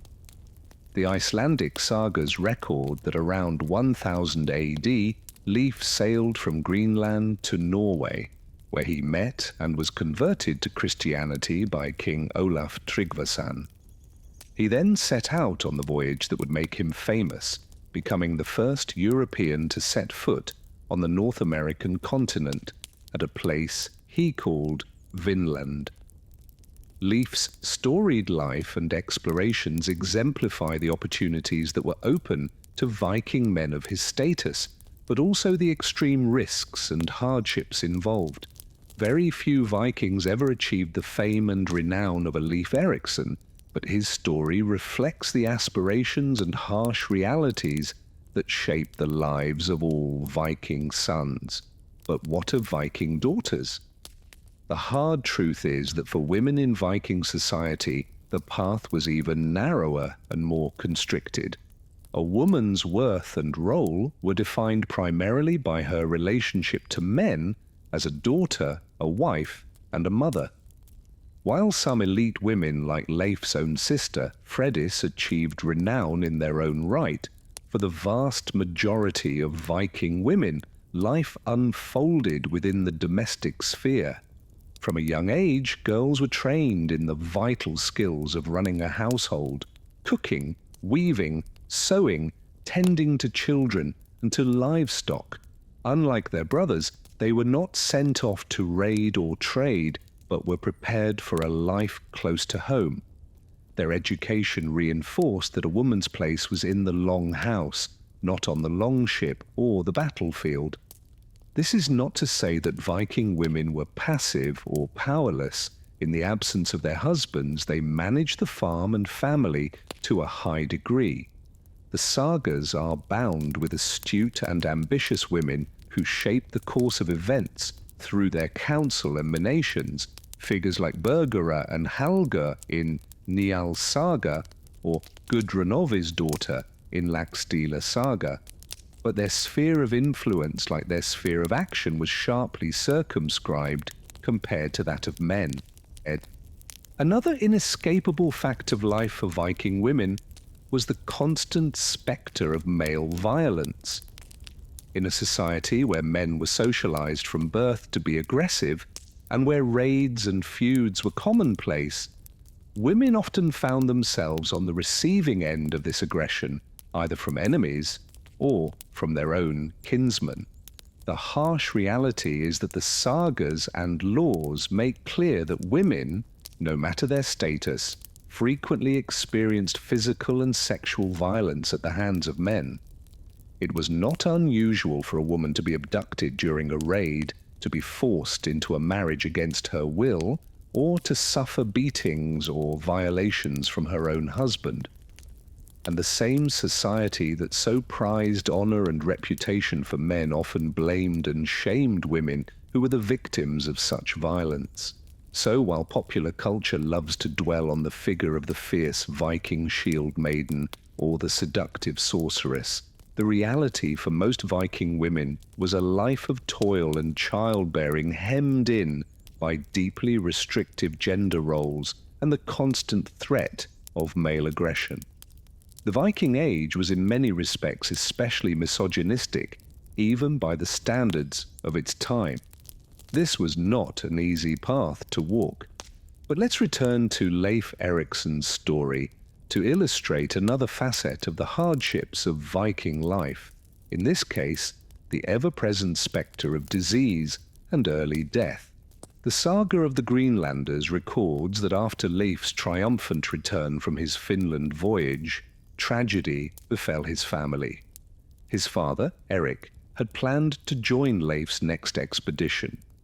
But on the way to the ship, Eric's horse stumbled and fell. Already aged and fragile, Eric suffered injuries in this fall that prevented him from traveling. Disheartened, Eric turned back, saying, "It is not my destiny to discover more lands than this that we now inhabit." He returned home, where he fell ill and died shortly thereafter. It was a somber reminder that even for the strongest and most renowned of Vikings, life was incredibly precarious: injury, disease, infection. Any of these could fail even great men like Eric in the prime of their lives, much less so in their vulnerable old age. In fact, it is estimated that in Viking Age, Iceland, and Scandinavia, the average life expectancy at birth hovered around just 30 to 35 years. Even those who survived the perils of childhood could often expect to die by what we would consider middle age. Their bodies, broken down by hard labor, poor diet, untreated injuries, and infections. Very few saw old age as we know it today. And childhood was an especially perilous time. It's estimated that somewhere between 30 to 50% of Viking children died before the age of 5, succumbing to disease, malnutrition, accidents, and infections.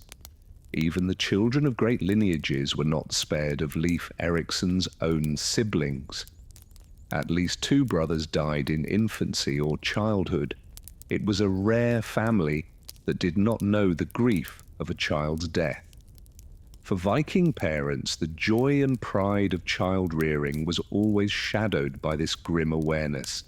From birth, children were precious, but also so terribly fragile and vulnerable.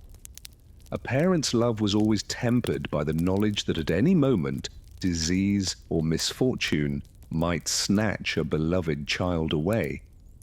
This lent a certain hardness, a certain fatalism to Viking family life, an understanding that nothing could be taken for granted. And for those children who survived to adulthood, the spectre of an early death was never far away.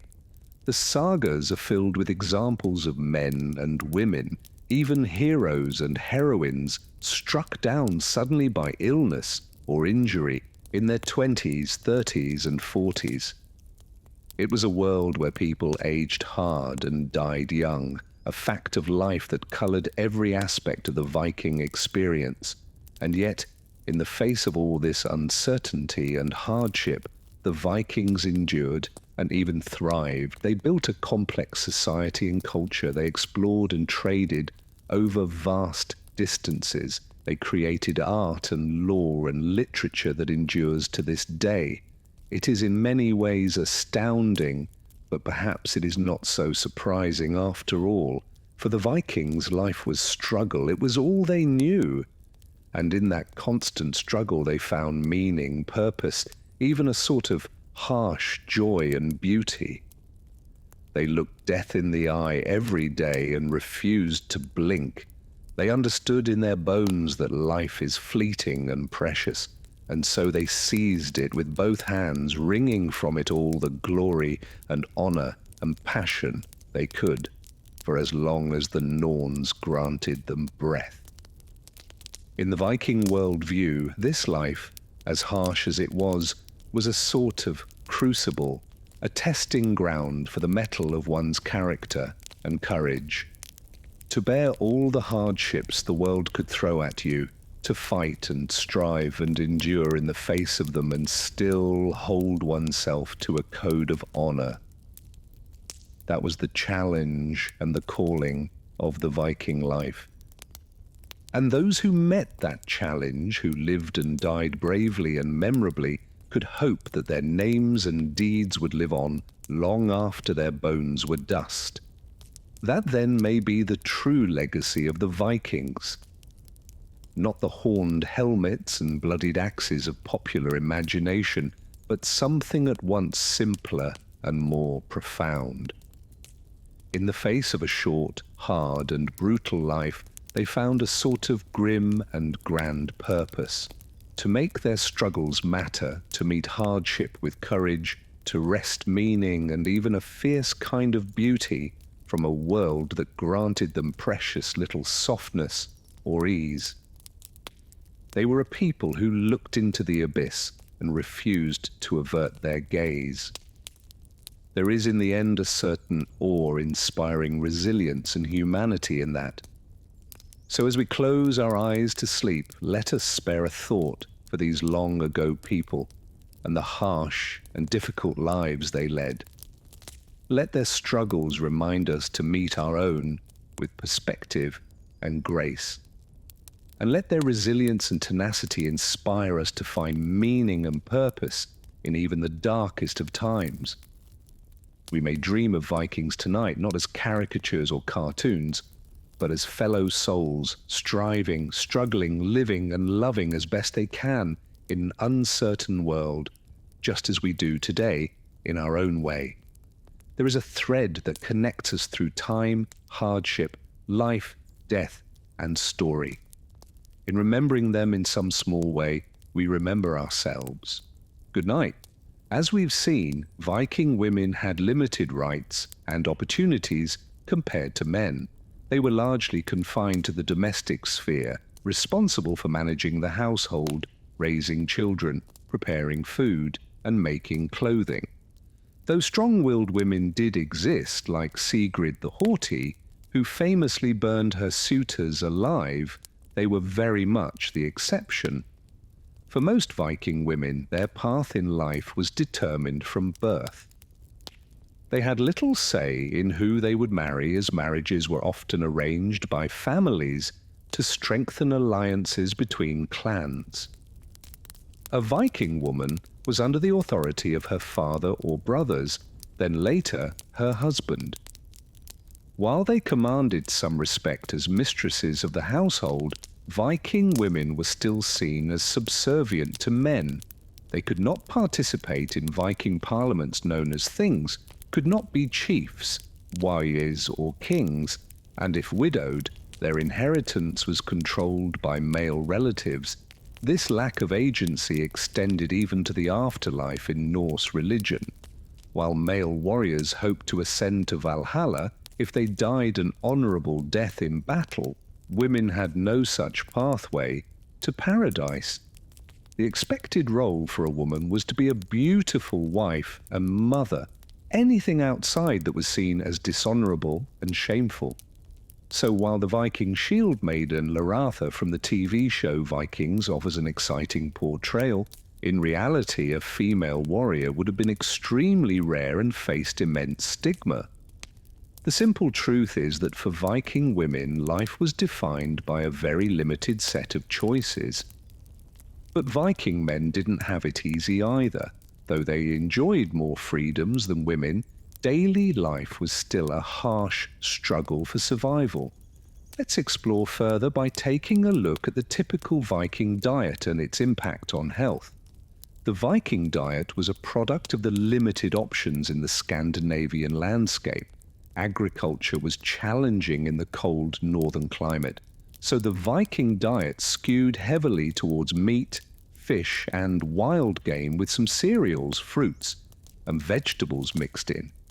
Protein was abundant, but the diet was noticeably lacking in certain key vitamins and nutrients. Bread was a staple made from rye and barley flour, but it was typically coarse, dense, and not very nutritious by modern standards. Dairy did feature in the Viking diet, mostly in the form of skyr, a sour milk cheese, but there was little fresh milk consumed since lactose intolerance was common. The Viking diet wasn't doing them many favors in terms of health. The lack of fruits and vegetables meant many Vikings likely suffered from nutritional deficiencies. Scurvy from lack of vitamin C was a constant threat, and diseases like tuberculosis found easy prey in the Viking population. Intestinal parasites like roundworm were also common. What's more, the everyday dangers of Viking life took a heavy toll. Hard labor from farming, fishing, shipbuilding, and household chores was extremely taxing on Viking bodies. Injuries were commonplace and infection was at ever-present risk in an age without antibiotics. Factor in the constant mental strain of feuds and the threat of violence between clans, and it's no wonder the Vikings had startlingly low life expectancy. The average Viking was lucky to live past 40 years old. Many children didn't survive infancy, and childbirth was perilous for Viking mothers. But those who did survive to adulthood couldn't expect a long or comfortable twilight to their lives. If they were fortunate enough to escape death in battle or a violent end, most Vikings still succumbed to disease, malnutrition, or injury at what we would consider a very young age. But there are always exceptions, and the Vikings did have some remarkable physical specimens among them. One such man was Gunnar Hamundar, an Icelandic Viking of the 10th century. The Nile saga describes Gunnar as uniquely tall and strong with a powerful physique honed by years of hard labor on his farm. According to the saga, Gunnar performed an incredible feat of strength by single-handedly lifting the massive 600-pound mast of a Viking-long ship and carrying it down to the water's edge. Whether fact or fiction, this tale speaks to the capacity for superhuman endurance that some Vikings displayed, but for every gunner there were hundreds of Vikings whose bodies broke down under the strain of their brutal lifestyle. So between a nutrient-poor diet, unceasing physical toil, rampant disease and violence, and the harsh extremes of the Scandinavian climate, the average Viking had the deck very much stacked against them in terms of health and longevity. Adding to that hardship were the conditions of the Viking's domestic life. The typical Viking family lived in a small, primitive, long house. Let's examine what that daily existence looked like and how it impacted their quality of life. The mental and emotional toll of this violent lifestyle cannot be overstated. Vikings lived in a world where physical might made right, and any perceived slight or insult could quickly escalate into open conflict. Imagine the constant stress of knowing a neighbor or rival could challenge you to a duel at any time, or the gnawing dread that your father, brother, or son might not return from their latest raid, or worse, that a rival clan might choose that moment to settle an old score by attacking your home. Even great warriors like Egil Skallagrimsson were not immune to the psychological strain of endless fighting. Egil spent nearly his entire life embroiled in conflict of some sort, much of it fueled by his own hot temper and pride.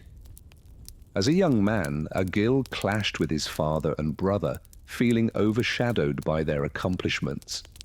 He channeled that resentment into violence, lashing out at allies and enemies alike. During a trading expedition to England, Egil killed a man during a game and fled into the wilderness to escape retribution. He survived alone in the forest like an animal, robbing travelers and fighting anyone who crossed his path. This pattern of feuding, killing, and vengeance would continue throughout Egil's long life. In the rare moments of peace between battles, Egil was a farmer, blacksmith, and occasional poet. But even in his old age, safe on his farm in Iceland, Egil reportedly had trouble sleeping due to the memories of all those he had killed. In one famous poem, he laments, "I am an ancient tree stripped of leaves and branches. My kin are gone, claimed by the greedy earth." For Vikings, it seems there was no escaping the memories and consequences of a violent life, even for the strongest among them. They simply had to endure, toughened by the knowledge that each day could bring a new slight, challenge, raid, or feud. Even in sleep, one suspects these Vikings found little peace. Their dreams haunted by the faces of fallen foes and lost loved ones. But the Viking experience was about more than just combat and conflict at home. The Viking Age was also a time of expansion, exploration, and raiding, as Norsemen pushed the boundaries of their known world in their iconic long ships. But while these voyages led to glorious discoveries like Iceland, Greenland, and Newfoundland, they were also crucibles of human suffering. Imagine being crammed into a sleek but small open boat with 30 to 50 other people, spending weeks at sea with limited food and fresh water. Each day brought a new trial, biting cold, blistering sun, drenching rain. The salt spray and ocean swells were relentless, as was the back-breaking labor of rowing when the winds died down. Dysentery and disease were constant dangers in these cramped, unsanitary conditions. Even for experienced sailors, the dangers were very real. Jarl Haakon of Norway reportedly drowned with 600 of his men when their ships went down in a sudden squall. Haakon the Great of Denmark also drowned when his royal flagship capsized near the end of his life. For the Vikings, the sea was both their greatest ally and a merciless adversary. Those who survived the voyage then had to summon the energy to fight, often against desperate defenders or even other Viking raiders. They might seize plunder and glory, or suffer inglorious defeat far from home, bleeding out from wounds gone septic. At best, they could hope to limp back to their ships laden with spoils. At worst, they might be stranded in hostile territory, easy prey for vengeful enemies. Even the most successful raiders paid a toll that is hard for modern minds to fathom. The great Viking chieftain Bjorn Ironside, son of the legendary Ragnar Lothbrok, made a long and daring excursion into the Mediterranean that saw him seizing towns in France, Spain, and Italy. In one engagement, Bjorn received a grievous wound that, according to the sagas, gave him his nickname when bits of his shattered rib protruded through the skin. But for all his successful raiding, Bjorn's Mediterranean adventure ended in disaster. After being blockaded in southern Italy, much of his army succumbed to disease. Bjorn himself survived both the plague and his battle injuries. But upon returning home to the Jutland Peninsula, he was ambushed and killed by agents of his own half-brothers who had decided to claim their inheritance early. Thus, even a warrior of his renown was ultimately undone by the hardships of the raiding lifestyle and the infighting it fueled back home. For every raid carving a path of destruction abroad, countless more Vikings suffered and died, far from the attention of skalds and saga writers. This was the hidden price of the Viking expansion, paid in blood, hunger, sickness, and ceaseless struggle. Upon returning home, Vikings faced the daunting task of readjusting to everyday life. Many had left as untested youths hungry for glory. They returned as battle-scarred veterans, flushed with treasure but often nursing hidden wounds of both the body and the mind. It was a jarring transition from the adrenaline-fueled intensity of the raiding season to the mundane daily labors of the homestead. Some, no doubt, struggled to put down their swords and axes, yearning for the thrill of combat and the freedom of the open sea. Others tried to block out the memories of fallen friends and unspeakable acts committed in the heat of battle. Still others, returning with missing limbs or crippling injuries, faced the grim reality of reduced roles in a society that prized physical might above all else. Even those who escaped major injuries still had to grapple with the cumulative effects of the harsh raiding lifestyle. Joints aching from old wounds, lungs scarred by countless winter colds, and bouts of pneumonia aboard the long ships. They returned to wives and children who had carried on without them, perhaps becoming strangers to their own families. Reintegration into the rhythm of village life was an unglamorous process, filled with long days spent repairing storm-damaged roofs, sharpening farming tools, and shoring up food supplies for the next winter.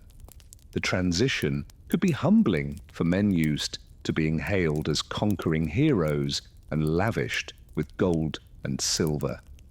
But this homecoming was an essential part of the Viking life cycle. The end of the raiding season was a time to rest, recover, and prepare to do it all again the next year. It was a chance to reconnect with loved ones and enjoy the hard-won fruits of their pillaging. And for a society so deeply invested in farming and husbandry, it was a time to put raiding in its proper perspective. Viking men spent more time sowing crops, birthing lambs, and mending fishing nets than swinging swords, and boarding foreign shores. Unglamorous as it was, this prosaic labor formed the backbone of the Viking economy. Without it, the vaunted Norse raiders could never have sustained their far-flung campaigns of exploration and conquest. So the Vikings endured the whiplash of this annual cycle. From the rowing energy and mortal danger of the summer raids to the attritional labor and creeping on of the winter homestead, they shouldered the psychological weight of trauma and dislocation, buoyed by the promise of a glorious death and the hope of even greater plunder to come. But as the Viking Age progressed, these cyclical rhythms of raiding and recovery would be increasingly disrupted by a powerful cultural force emanating from the south, Christianity. The old Norse gods who smiled upon pillaging and promised feasts in Valhalla suddenly faced a formidable competitor in the strange new god from the desert lands far to the east. At first, the Christian incursion into the Viking heartlands met with staunch resistance. Norse paganism, with its rich pantheon of gods and promise of eternal battlefield glory, was deeply ingrained in the Viking psyche. Obdurate pagans like Radbod, king of the Phrygians, reportedly refused baptism at the last moment, upon learning that his Christian heaven would not reunite him with his glorious ancestors. But as Viking raiders returned with captives and tales of powerful Christian kingdoms, the new faith began to gain a foothold. Some Vikings converted out of expediency to smooth trade relations or political alliances with Christian neighbors. Others were drawn in by the promise of a more personal salvation or the chance to escape the constant cycle of feuding and vengeance. The conversion of Norway's king Olaf Tryggvason is a prime example of this religious sea change. Olaf took the throne in 995 after a youth spent raiding in the British Isles as a Viking mercenary. There he encountered Christian priests and, according to the sagas, even met with a mystical hermit on the Isles of Scilly who prophesied Olaf's destiny as the Christianizer of Norway. Upon claiming his crown, Olaf worked with singular focus to convert his people, often by force and threats. He brutally suppressed the old pagan practices, tearing down heathen idols and blinding or dismembering those who dared resist. Olaf's heavy-handed approach made him many enemies. After a reign of just 5 years, he died in battle against an alliance of pagan Danes and Swedes, as well as Christian Anglo-Saxons. But Olaf's death did not stop the spread of Christianity. Successive Norse kings saw the political advantages of conversion, which often came with lucrative ties to the Christian kingdoms of mainland Europe. The old Viking ways were on an irreversible decline. The age of unfettered raiding and pillaging was slowly but surely drawing to a close. Of course, this Christianization of the Norse lands was a slow, uneven process that played out over generations. The common people clung to their pagan ways longer than the rulers and nobility. Even nominally, Christian kings hedged their spiritual bets. The sagas tell of warrior kings placing one hand on sacred armings to swear oaths to the pagan gods while wearing a crucifix around the neck at the same time. Over time, however, Christianity sank deep roots into Norse culture and left its indelible mark on the Viking world. The great wooden stave churches of Scandinavia with their dragon-headed gables and runic inscriptions testify to this blending of the old and new faiths. By the late Viking Age, Norse warriors were just as likely to go on pilgrimage to Jerusalem as to sail off on a raiding expedition. The fearsome Varangian guard of the Byzantine emperors was largely made up of Christianized Vikings, and in 1066 the last great Viking king, Harald Hardrada, died not on a raid, but in a failed attempt to claim the English crown and unite it with his own Norwegian kingdom, a political dream founded on his Christian credentials.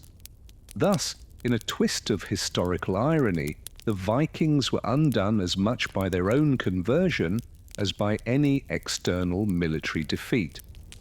With the old pagan ways in retreat and the rise of centralized Christian monarchies, the age of the great heathen armies and freelance Norse raiders was at an end. The Viking world would have to find a new equilibrium in the second millennium. So as we come to the end of our journey through the Viking age, we are left with a complex and nuanced picture, one that goes far beyond the popular image of axe-wielding brutes in horned helmets. To be a Viking was to live a life of constant struggle and adaptation, both against the harsh forces of nature and the rapidly shifting currents of politics and religion. At their height, the Vikings were the scourge of Europe, striking terror into the hearts of monks and monarchs from the Irish Sea to the Black Sea. Their long ships were both feared and admired as the pinnacle of the seafarer's craft. And their pagan gods seemed to revel in the slaughter and destruction left in the Norsemen's wake. But these Vikings were also explorers, traders, farmers, and craftsmen. Human beings coping with the daily realities of life in a pre-Odin world. They suffered from the same aches and illnesses, the same petty slights and family squabbles that have always been the lot of humankind. At sea and on the battlefields of Europe, they paid for their plunder with pain and blood. And in the end, the Vikings could not resist the tides of historical change.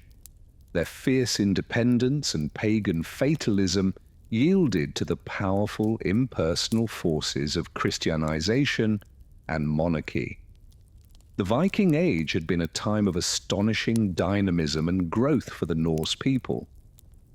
But it was ultimately unsustainable in the face of a changing medieval world. Today we remember the Vikings as much for their rich mythology and material culture as for their martial prowess.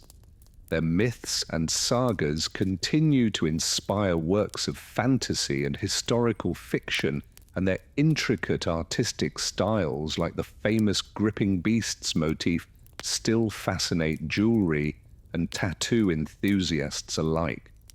But perhaps the real legacy of the Vikings is in their very spirit of striving against all odds. Theirs was a world where life was often brutish and short, and yet they achieved remarkable things within the confines of their time and place. From the great ships they built to the far shores they discovered, and even to the new god they eventually embraced. In that sense, we modern listeners are not so far removed from our Viking forebears. We too must adapt and endure in a world that can often seem harsh and unforgiving.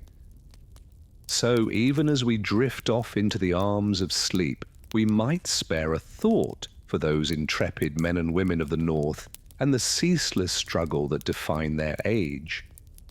Let's continue our exploration of the harsh realities of Viking life by turning to Viking gender roles. Pop culture depictions of Vikings conjure images of burly bearded men raiding across the seas. But this ignores half the population, Viking women. While women were essential to Viking society, their lives were often difficult and constrained. In Viking culture, women were primarily responsible for the domestic sphere. When Viking men went off raiding each summer, women were left in charge of farms and families. This meant endless hours of grinding grain, tending animals, preparing food, making clothing, and raising children. With their husbands absent for months at a time, Viking women had to be resilient and resourceful to keep households running smoothly. But this doesn't mean Viking women had much power or autonomy. While they wielded influence within the home, Viking women had very limited rights and freedoms. They rarely had any say in who they married, as marriages were arranged by male relatives for political or economic reasons. Once married, women were essentially the property of their husbands. Viking law did offer women some limited protections, such as the right to divorce in certain circumstances, but in practice, women had few avenues to exercise power or escape unhappy situations. The best most women could hope for was to be widowed, which granted them a degree of independence unheard of for married women. There were occasional exceptions to these bleak gender norms, rare women who managed to defy convention and carve out their own paths. One such woman was Secret the Haughty, a Swedish queen who lived in the late 10th century. Sigrid was beautiful, intelligent, and fiercely independent. According to Norse sagas, Sigrid was a wealthy widow before she caught the eye of King Harald Bluetooth of Denmark. Harald proposed to Sigrid, but she refused him, supposedly saying she'd had enough of ruling the little frog pond of Sweden and had no desire to rule the bigger frog pond of Denmark. Enraged at her rejection, Harald threatened to invade Sweden if she didn't accept his proposal. But Sigrid didn't back down. She gathered allies and prepared her defenses, forcing Harald to abandon his plans to take her and her lands by force. While the historicity of this dramatic saga is questionable, Sigrid's story took on mythic resonance as an example of a woman who rejected subjugation and forged her own path. But Sigrid's story is the exception that proves the rule. For the vast majority of Viking women, life was full of hard labor and limited choices. Their worth was primarily tied to their role as mothers and homemakers. While undeniably vital to their families and communities, Viking women were afforded little freedom or opportunity to determine their own fates. As we explore the popular image of Vikings as masters of the sea, it's important to remember the other side, the women who kept the home fires burning. Their labor and sacrifices were essential to Viking society, even as they were denied the chance to participate in that society as full equals. The plights and occasional triumphs of Viking women are an important part of this complex historical picture. From here, let's turn our attention to another often overlooked aspect of Viking life, health, and diet. The Viking Age is so associated with warfare and conquest that it's easy to forget these were real people with all the mundane concerns and maladies that entails. But in a pre-Odin world of poor nutrition and non-existent health care, staying hale and hearty was no simple feat. The Viking diet was constrained by what was available in their harsh northern climate. Scandinavia's thin soil, short growing seasons, and limited space for grazing animals meant that Vikings subsisted on a rather narrow set of staples. Meat and fish were the mainstays of their diet, usually supplemented with rye, barley, oats, and some hardy vegetables like cabbage and onions. This protein-rich but rather unvaried diet had its advantages and drawbacks. On the one hand, it provided Vikings with the strength and stamina needed for their strenuous lifestyles of farming, sailing, and fighting. The famous Viking berserkers were renowned for working themselves into a battle frenzy, and some historians have speculated their vigor may have been fueled in part by their meat-heavy diets. But this came at a cost. The lack of fruits and vegetables in the typical Viking diet would have led to deficiencies in key nutrients like vitamin C. This, combined with the general lack of hygiene and sanitation in Viking life, contributed to health problems like scurvy, iron deficiency, and parasitic infections. and in the close confines of Viking long houses, diseases could spread quickly with devastating effects. Despite their hardships, some Vikings were renowned for their strength and hardiness. One famous example is Gunnar Hamundason, an Icelandic chieftain from the 10th century. According to the Icelandic sagas, Gunnar once walked for 24 hours straight across the highlands of Iceland on a hunting trip, not stopping to eat or rest. His stamina was so great that his companions struggled to keep up, even as they paused to sleep and recover. When they finally returned home, Gunnar supposedly said, "Good companions you are, but unevenly tough. I have gone better on my feet before, but I have never met any to match you at sitting." For the famously understated Vikings, this dry quip was high praise.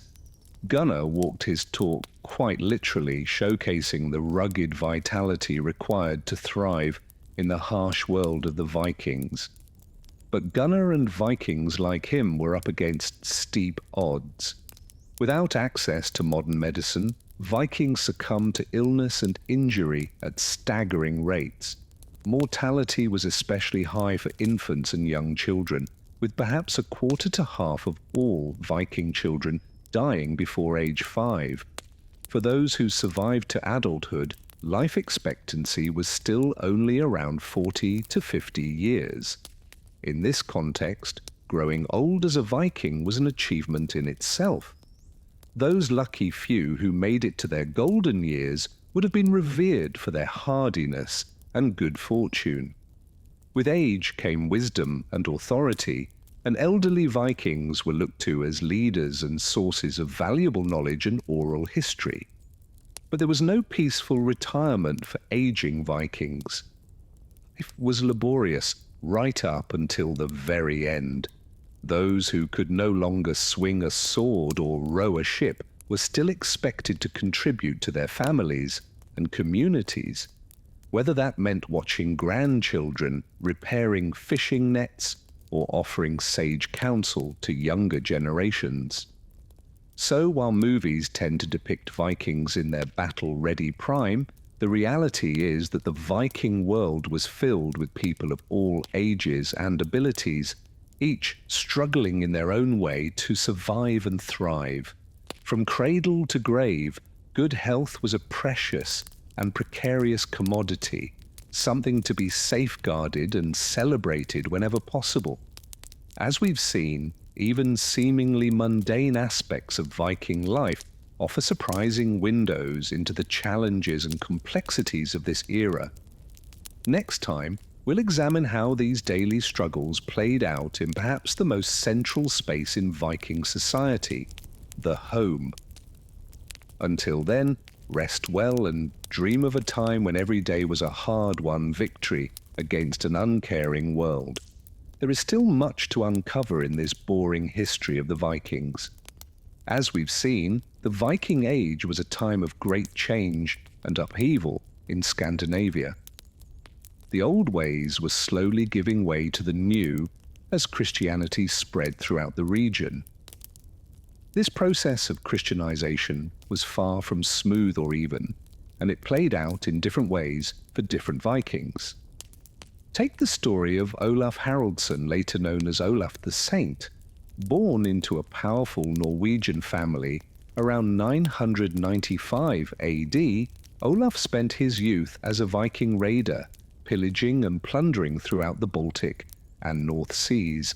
But during a raid on Normandy, Olaf reportedly had a spiritual awakening and converted to Christianity.